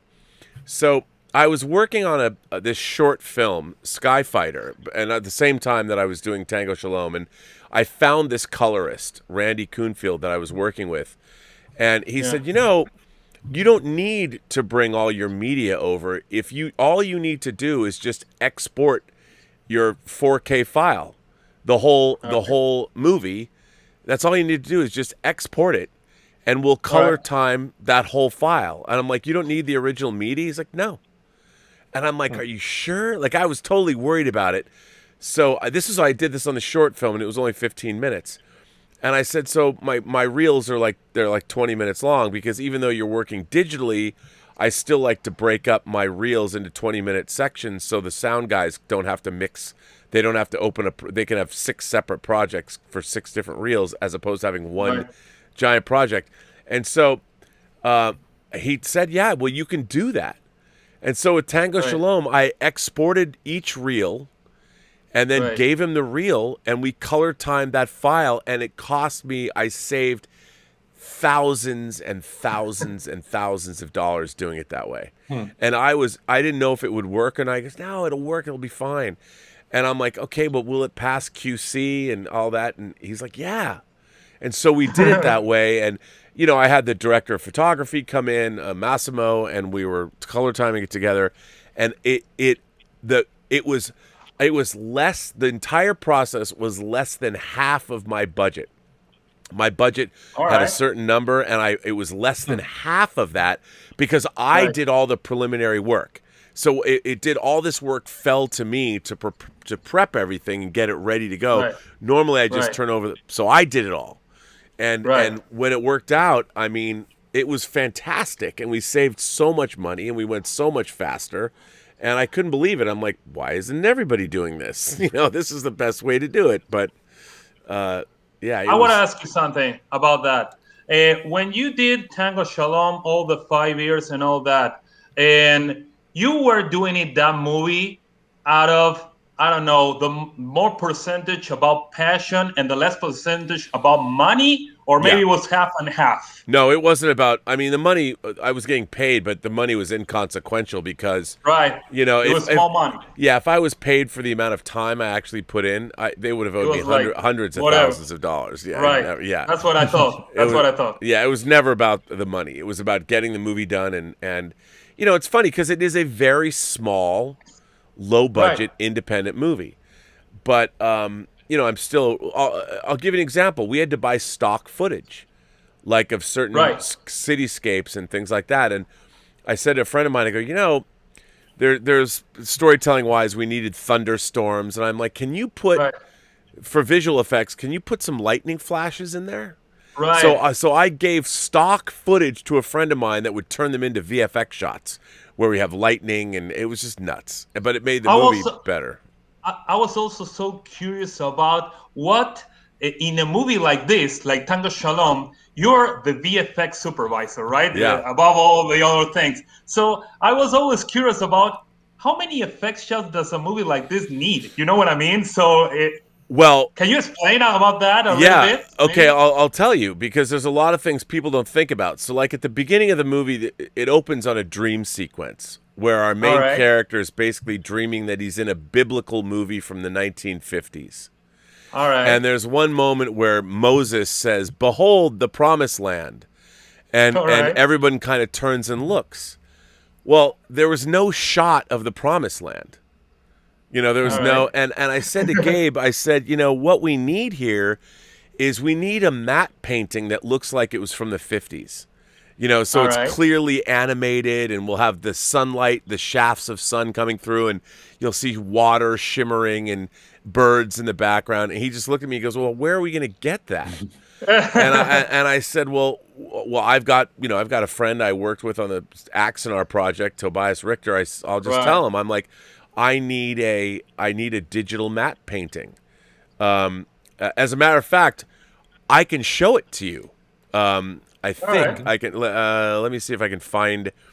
Let me get a copy so I can show you this thing. So he made this for me, and it was great. Let me just. I gotta take I'll take a still frame of it. So, and this was something that was. It was very interesting. So, and now keep in mind. Let me find the. Okay, so here it is.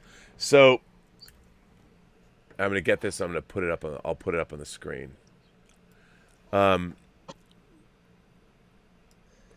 Okay, so now I'm gonna put this up, and I'll while it's up, you guys won't be able. They won't be able to hear you because I'm just gonna throw it up real quick. But I'll explain.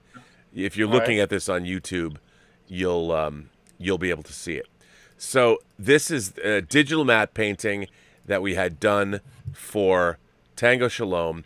And I'll explain it. If you're watching on YouTube. So here it is. This is a digital matte painting of the Promised Land, and in it, in the film, it moves. So you see the clouds open and the God rays of the sun coming down, and there's little birds flying in the distance, and you'll see there's the ocean. And there's a body of water there, and that sort of oasis in the desert. Now, what we wanted to do was it was supposed to look like it was a matte painting from a 50s biblical epic. So there is an animated quality to it that was by design. So, and this shot has animation in it. As I said, birds fly through the frame, and the sunlight streams down.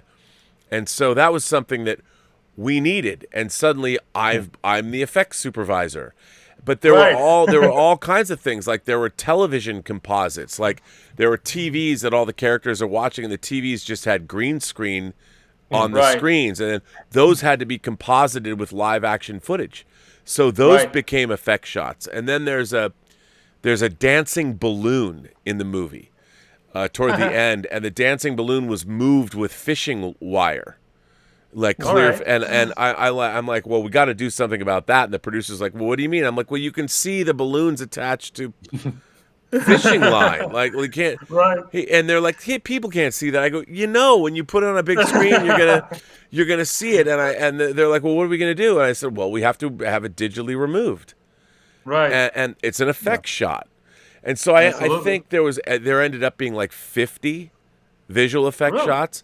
Yeah, and of different things, like for instance, one of the things that I was given creative leeway to come up with is that in the dream sequence, I said to Gabe, when the character jolts awake, I said, there's nothing in this dream that makes him jolt awake. And he goes, oh, yeah. I go, well, what if we took the shot of Moses and have him get struck by lightning as he's talking? He gets struck by lightning, and that's what causes him to wake up. I can show you that too. I'll throw this up. So suddenly we took the Moses footage, and he gets struck by lightning, and it was something that was not in the script. And what was really cool was our visual effects guy. He added when Moses gets hit by lightning, you can see his skeleton being revealed. So he holds his staff up, so I'll show you. You're going to see, this is just one frame of Moses getting struck by lightning, and you can see that his skeleton, actually I'll give you two frames of it so you can kind of see it's without playing the whole shot. And this was again, it wasn't in the script, it wasn't shot this way, and it was just something that I had said to Gabe, the director. I said, wouldn't it be cool if... And he's like, yeah, but we didn't shoot it that way. I go, yeah, but we can still get it done. We can absolutely turn this into an effect shot and make it work, because why not? And so that's when I was given so much leeway. And then Gabe said, wow, you know a lot about visual effects. And I'm like, well, I've worked on a few, so I definitely know about them. But didn't all those decisions made the budget go higher? Yes, a little bit maybe. But I knew how to do it really cheap. So Okay. like for instance, I'll show you here. Here is the shot of Moses as the lightning has come down and it's just hit him, and you can see there's sparks flying off of his staff, and the lightning has come down and it's hit him. And then the second shot, I mean it's part of the same shot, but later in the shot there is let's see, is it maybe I didn't, oh, there's this version, and this is when the lightning is more intense, and you can see his skull. His skull is, you can see his skull, and then you can see the bones of where his rib cage is, and that was something that was added. This shot lasts just frames. It's not a very long shot, but it really works well in the movie. But these are just frames, and suddenly all of this became an effect shot. And it wasn't there, it wasn't scripted, and it really makes the scene, because when Moses gets struck by lightning, our rabbi gets up and wakes up from his slumber, from the opening scene, and the camera pushes into his face. Well, that was what was so much fun, and all through the movie I said, well, we got to do this effect shot, and designing the whole dance sequence, I said to Gabe, I said, there's all these characters watching this dance sequence on TV. And while they shot all this stuff, I don't think anybody expected me to say, let's bounce around to all these characters, and they become our Greek chorus while this dance competition is going on. So you have to see them watching their TVs. So we had a lot more effect shots than we thought we were going to. And it did become more expensive, so I would have to save money in other ways. I can tell you. No, go ahead, Gabriel. Go ahead. Yeah, I have a question that maybe leads a little bit away from that, but still seeing the complexity of that editing process for a relatively small project. I remember reading that Kurosawa, at least in some of his movies, he was editing on the fly. So on the evening, he was editing the material from the shoots from the day, and they would have the premiere of the movie a few days after they finished shooting, which is ridiculous. Oh. It's like you end shooting today, and in 3 days you have the movie in the theater. Is that possible today, or is that just... It is, but it's a real pain. Like, for instance, one of the things that I do when you're working on a movie, you start editing, not with Tango Shalom, but any other movie, you start editing on, big special effects films, you start editing before the film is shot, because you get pre-visualization in. And then, but yeah, you're cutting a movie as you go.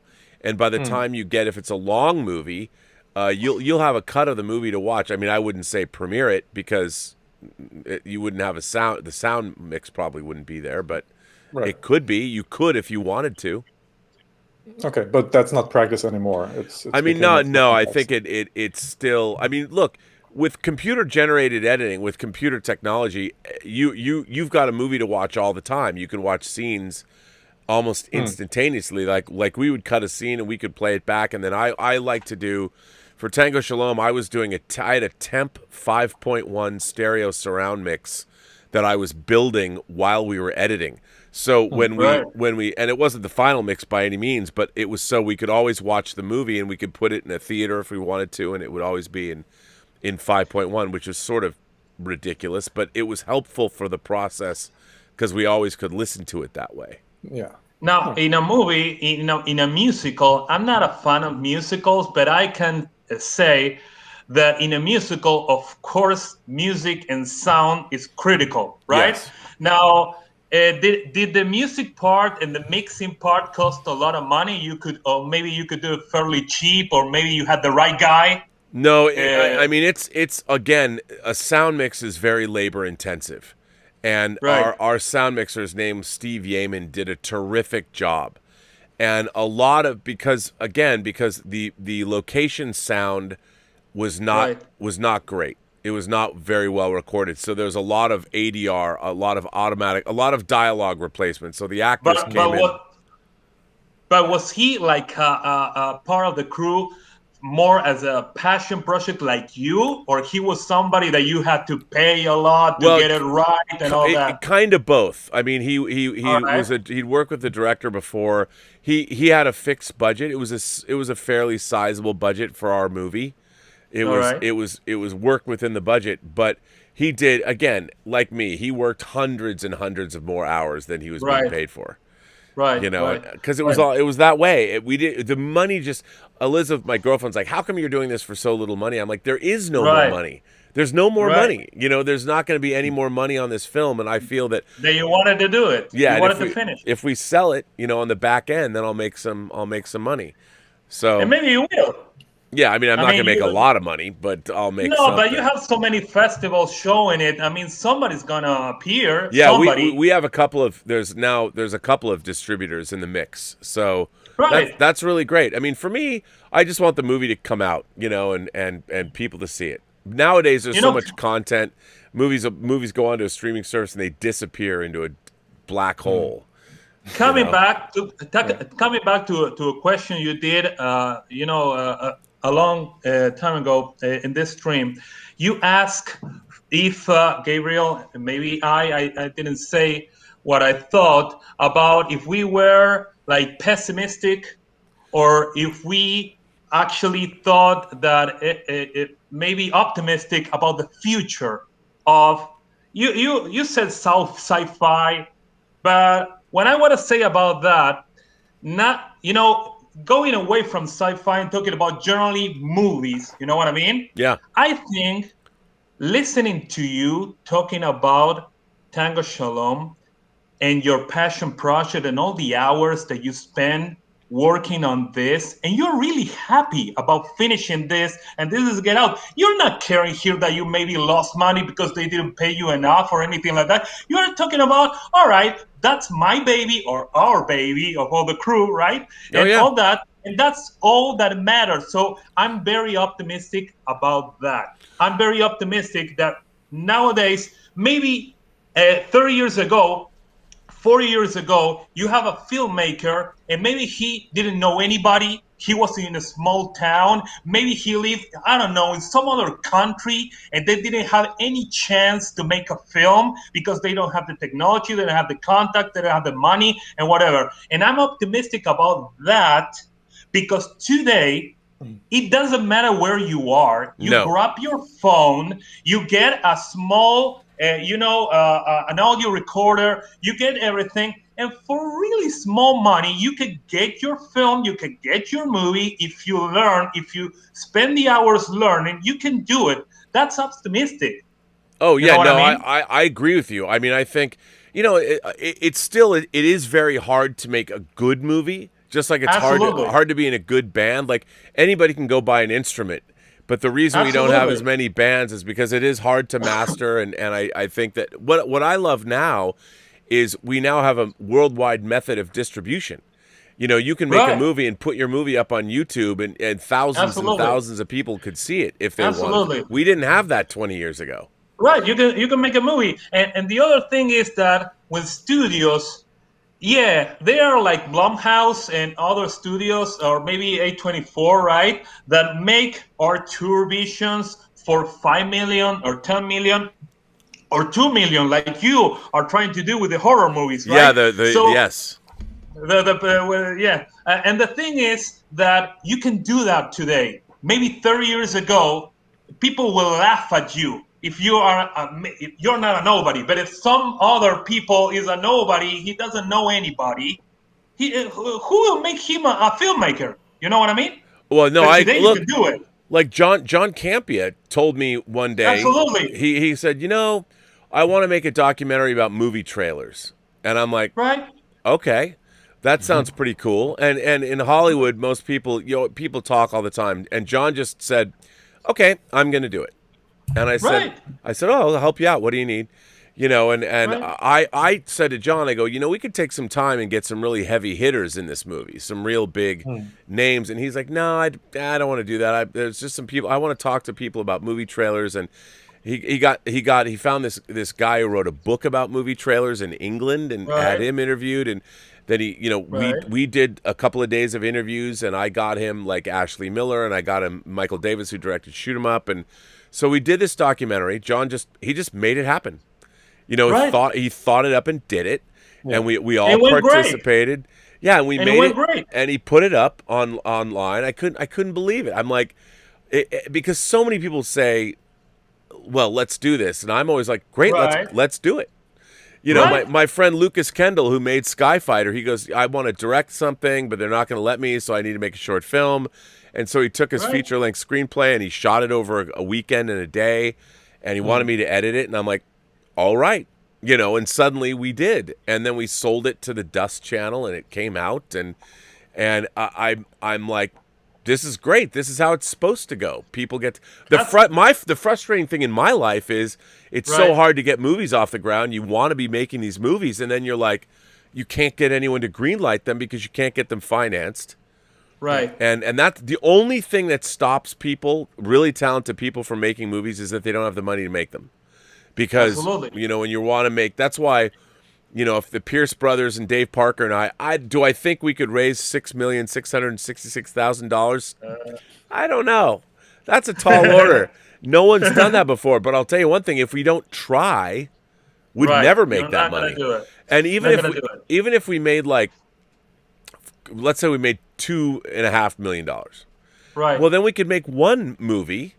And the Pierce brothers, the first movie I would say we should make is the Pierce brothers film, because they have a bigger name than we do now. So they would direct it and write it, and then Dave and I would produce it, probably edit it as well, and then we'd still get a movie under our belts and do it quickly. And I think that's you know, why not? Why not do that? Can I ask you something? I'm sorry, Gabriel. Go ahead. Yes, related to that, we spoke about the kind of the possibility of making movies and sound and budget and so on. Now, you were also a script reader back in the days. Yes. Is there a pool of... No, I remember I have a specific movie in mind. I think it's The Man from Earth, if I'm not mistaken. Yeah, the Jerome Bixby movie. Yeah. Right, and it is about this college professor who says that he's thousands of years old, or hundreds of thousands of years, or something like that, right? Yep. So this is super low budget. It's conversational, right? I guess it's not too expensive to do, but it's captivating from the premise and the story and the acting and so on. Is there, to your knowledge, a pool of scripts out there that would be, you know, kind of cost friendly and are just good stories that if someone wanted to make a movie like that, they could help themselves from that pool? Or no, there isn't an existing pool, but there are people that have scripts like this, and I know a lot of excuse me. I know a lot of people that have those kinds of scripts. It's just a question of, like, I watched a movie tonight before I came on this stream, before we watched Walk the Dogs. Never heard of it before. It was a Canadian film called Parallel that was made in 2018. And it had a really great premise, a really fun premise. Like, this group of 4 friends that work in tech. One day in this house, they find a secret room where they live, and there's a mirror in the room. And the mirror is a doorway to parallel Earths. And they start just going in there, and the parallel Earths are a little different than ours. Some of them have technology that's more advanced. So these friends start going into this parallel Earth to further their own lives. And the first 20 minutes were really interesting. And it was a well-made movie. The acting wasn't bad. But then the storyline went completely, at least for me, completely off the rails. And this great premise they'd set up became gobbledygook. And I was like, wait, what? It was completely illogical. Became completely illogical. And I'm like, how did this movie get made? Didn't anyone give them script notes? Because it was competently made. It looked good. But the script, it just made no sense at all. And it was disappointing because I was really with the movie. And I was thinking to myself, with all the parallel Earth stories that exist, whether you're watching Counterpoint or Fringe or the Star Trek Mirror Universe episodes or Sliding Doors, pick your poison, whatever. How is it that there were so many deficiencies in this script? And I think one of the problems is writing a good script is really, really, really, really, really hard to do. It takes years. And or people just have an inherent understanding of screenwriting, and it happens very quickly. But that's what I learned when I was reading screenplays for a living. It was really ultimately very depressing because I would say that 98% of the scripts that I read were not worth reading. And that isn't necessarily a put down to the writers, but the scripts are derivative. Most of the problem was they were all copies of something else that they'd already seen. Variations on a theme. I'm sorry to interrupt, but my question is, so is it because there are not good writers out there, or because when they submit a script, they already dumbed it down from a great vision that they had, and then they were like, okay, but in order to get it done, I have to use the tropes, I have to make it predictable, and so on. Yeah, no, I think that's part of it, but I just think that people don't understand storytelling, and learning how to tell a story is a skill as well, and you have to understand where all of those tropes and things come from, so you can use them. But otherwise, if you're not using them correctly, then your script doesn't work. And I think that was and dialogue, the way people talk. I mean, screenplay writing, bad screenplays are excruciating to get through. It's really hard. So there are not as many good scripts out there as one would think. No, there are not. I wish that there were, but they're just not, unfortunately. And sometimes you get like a great script. You know, there is the blacklist or something like that of scripts, right? Yep. And I always was curious about the Meg. You know, Jason Statham's The Meg, that it was like blacklisted. And then when I saw the movie, was this blacklisted? I mean, that was based. Amazing movie. Yeah, that was based on a book. Meg was based on a book, but I know you said the book is incredible. Of course, okay. I guess, but where's that book in the movie? Where's that book in the movie? It's really hard to translate. I mean, if you look at Jaws, the movie Jaws, it barely resembles the book. The book is very different. So is like The Godfather. There are a few books. I mean, there are books that are similar, but when you make movies, there's a lot of changes to be made, and it's really hard. It's really hard because how do you distill a novel into 2 hours?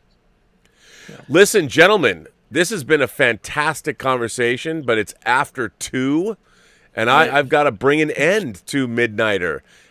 This is the second night in a row I thought we've had some great conversations. I'm so glad to talk to you both. I mean, thank you. Gabriel, you in all the way in Poland, and Andy, you in Argentina. What a treat this was for me. How fantastic. I mean, we should do this again. We should schedule a stream and do more of these things. Absolutely. But I want to thank you because I need to go to bed because I got prep work for tomorrow's 700 show. It's not like my other epic 7. It's not going to be 11 hours. It's going to be a normal show because it's my 800 show, because all the interviews that I was trying to get at the beginning of COVID when I did my 400 show, I got great interviews because everybody had nothing to do. Now we're coming out of COVID, so people are busy. Everybody's busy. So it'll be my 800th show where I've got these great interviews coming, which is fine. So I'm going to finish the film festival off tomorrow and end that so we can start the short story competition. I'm going to announce the semifinals, the 20 semifinalists of the films tomorrow on the show, and then those semifinalists will be voted on, and then we have another show where we give out the awards. Which was a great idea, by the way, the movie competition. It's just a possibility to elevate, creatives to do something and to get it seen. It's fantastic. Yeah, I just wish there was a way to get more people to have watched them. I feel kind of guilty that not enough people saw them. It was hard. But, as I get more and more views, people see the movies. It's, my channel it's hard. You get subscribers. It's a hard battle to get more and more people to listen to you. What about the short story? You had a short story competition, right? Yeah, I kind of put that on hold. We're going to start that up right this week. We're going to turn it back on, and I'm going to do it quickly. Like, unlike the film festival, we're going to give it like 2 months. And then I've already received some stories some of them are pretty good, and then we're gonna publish them as a book. We're gonna make a book, Yeah, I know. So it's going to be fun. Well, gentlemen, Great. I want to thank you for being here. I want to thank my moderating staff, Dean Mikitich and Bunyan Snipe in the UK. Oh, and also, I have a super chat here that I didn't get to. Mexican Iron Man. Mexican Iron Man says, by the way, Mexican Iron Man is a great man. Mexican Iron Man says, what a fantastic and inspiring discussion, gentlemen. No better way than to wake up than with the Robert Meyer Burnett Post-Geek Singularity peeps talking all things creative and an optimistic creative future. Hail and good morning from the East Coast. Oh, that's nice. So that's for you too, gentlemen. That was fantastic. I mean, it's so great to be able to talk to people from around the world. This is what I wanted this kind of midnight show to be. I wouldn't know who's going to show up, and we just randomly have these great conversations. So I want to thank you both for being here. Gabriel in Poland, Andy in Argentina, and by the way, I'll see if I can get you free tickets to go see Tango Shalom. I don't know when it's playing, but it's playing. I think in the next couple months sometime. I don't know when the film festival is, but all right. So yeah, so I want to thank you both for being here, and of course, remember, every person you meet has a story to tell that you have yet to hear, and all you have to do is listen. So, gentlemen, I will bid you a fond farewell, and I will see you both later. Thanks for being here. That was fantastic. God, how great to have a show to do with Andy and Gabrielle, or Gabriel. I would say Gabrielle, because it's a line in Gabriel Bologna with Gabrielle talking. Anyway, so Gabriel, Andy, from around the world, thank you. And thank you all for being here. I'm going to end this episode of The Midnighter. I will, of course, be back tomorrow. And who knows who will show up on this show tomorrow night. I will bid you all a fond farewell and have a good evening. And thank you for being here.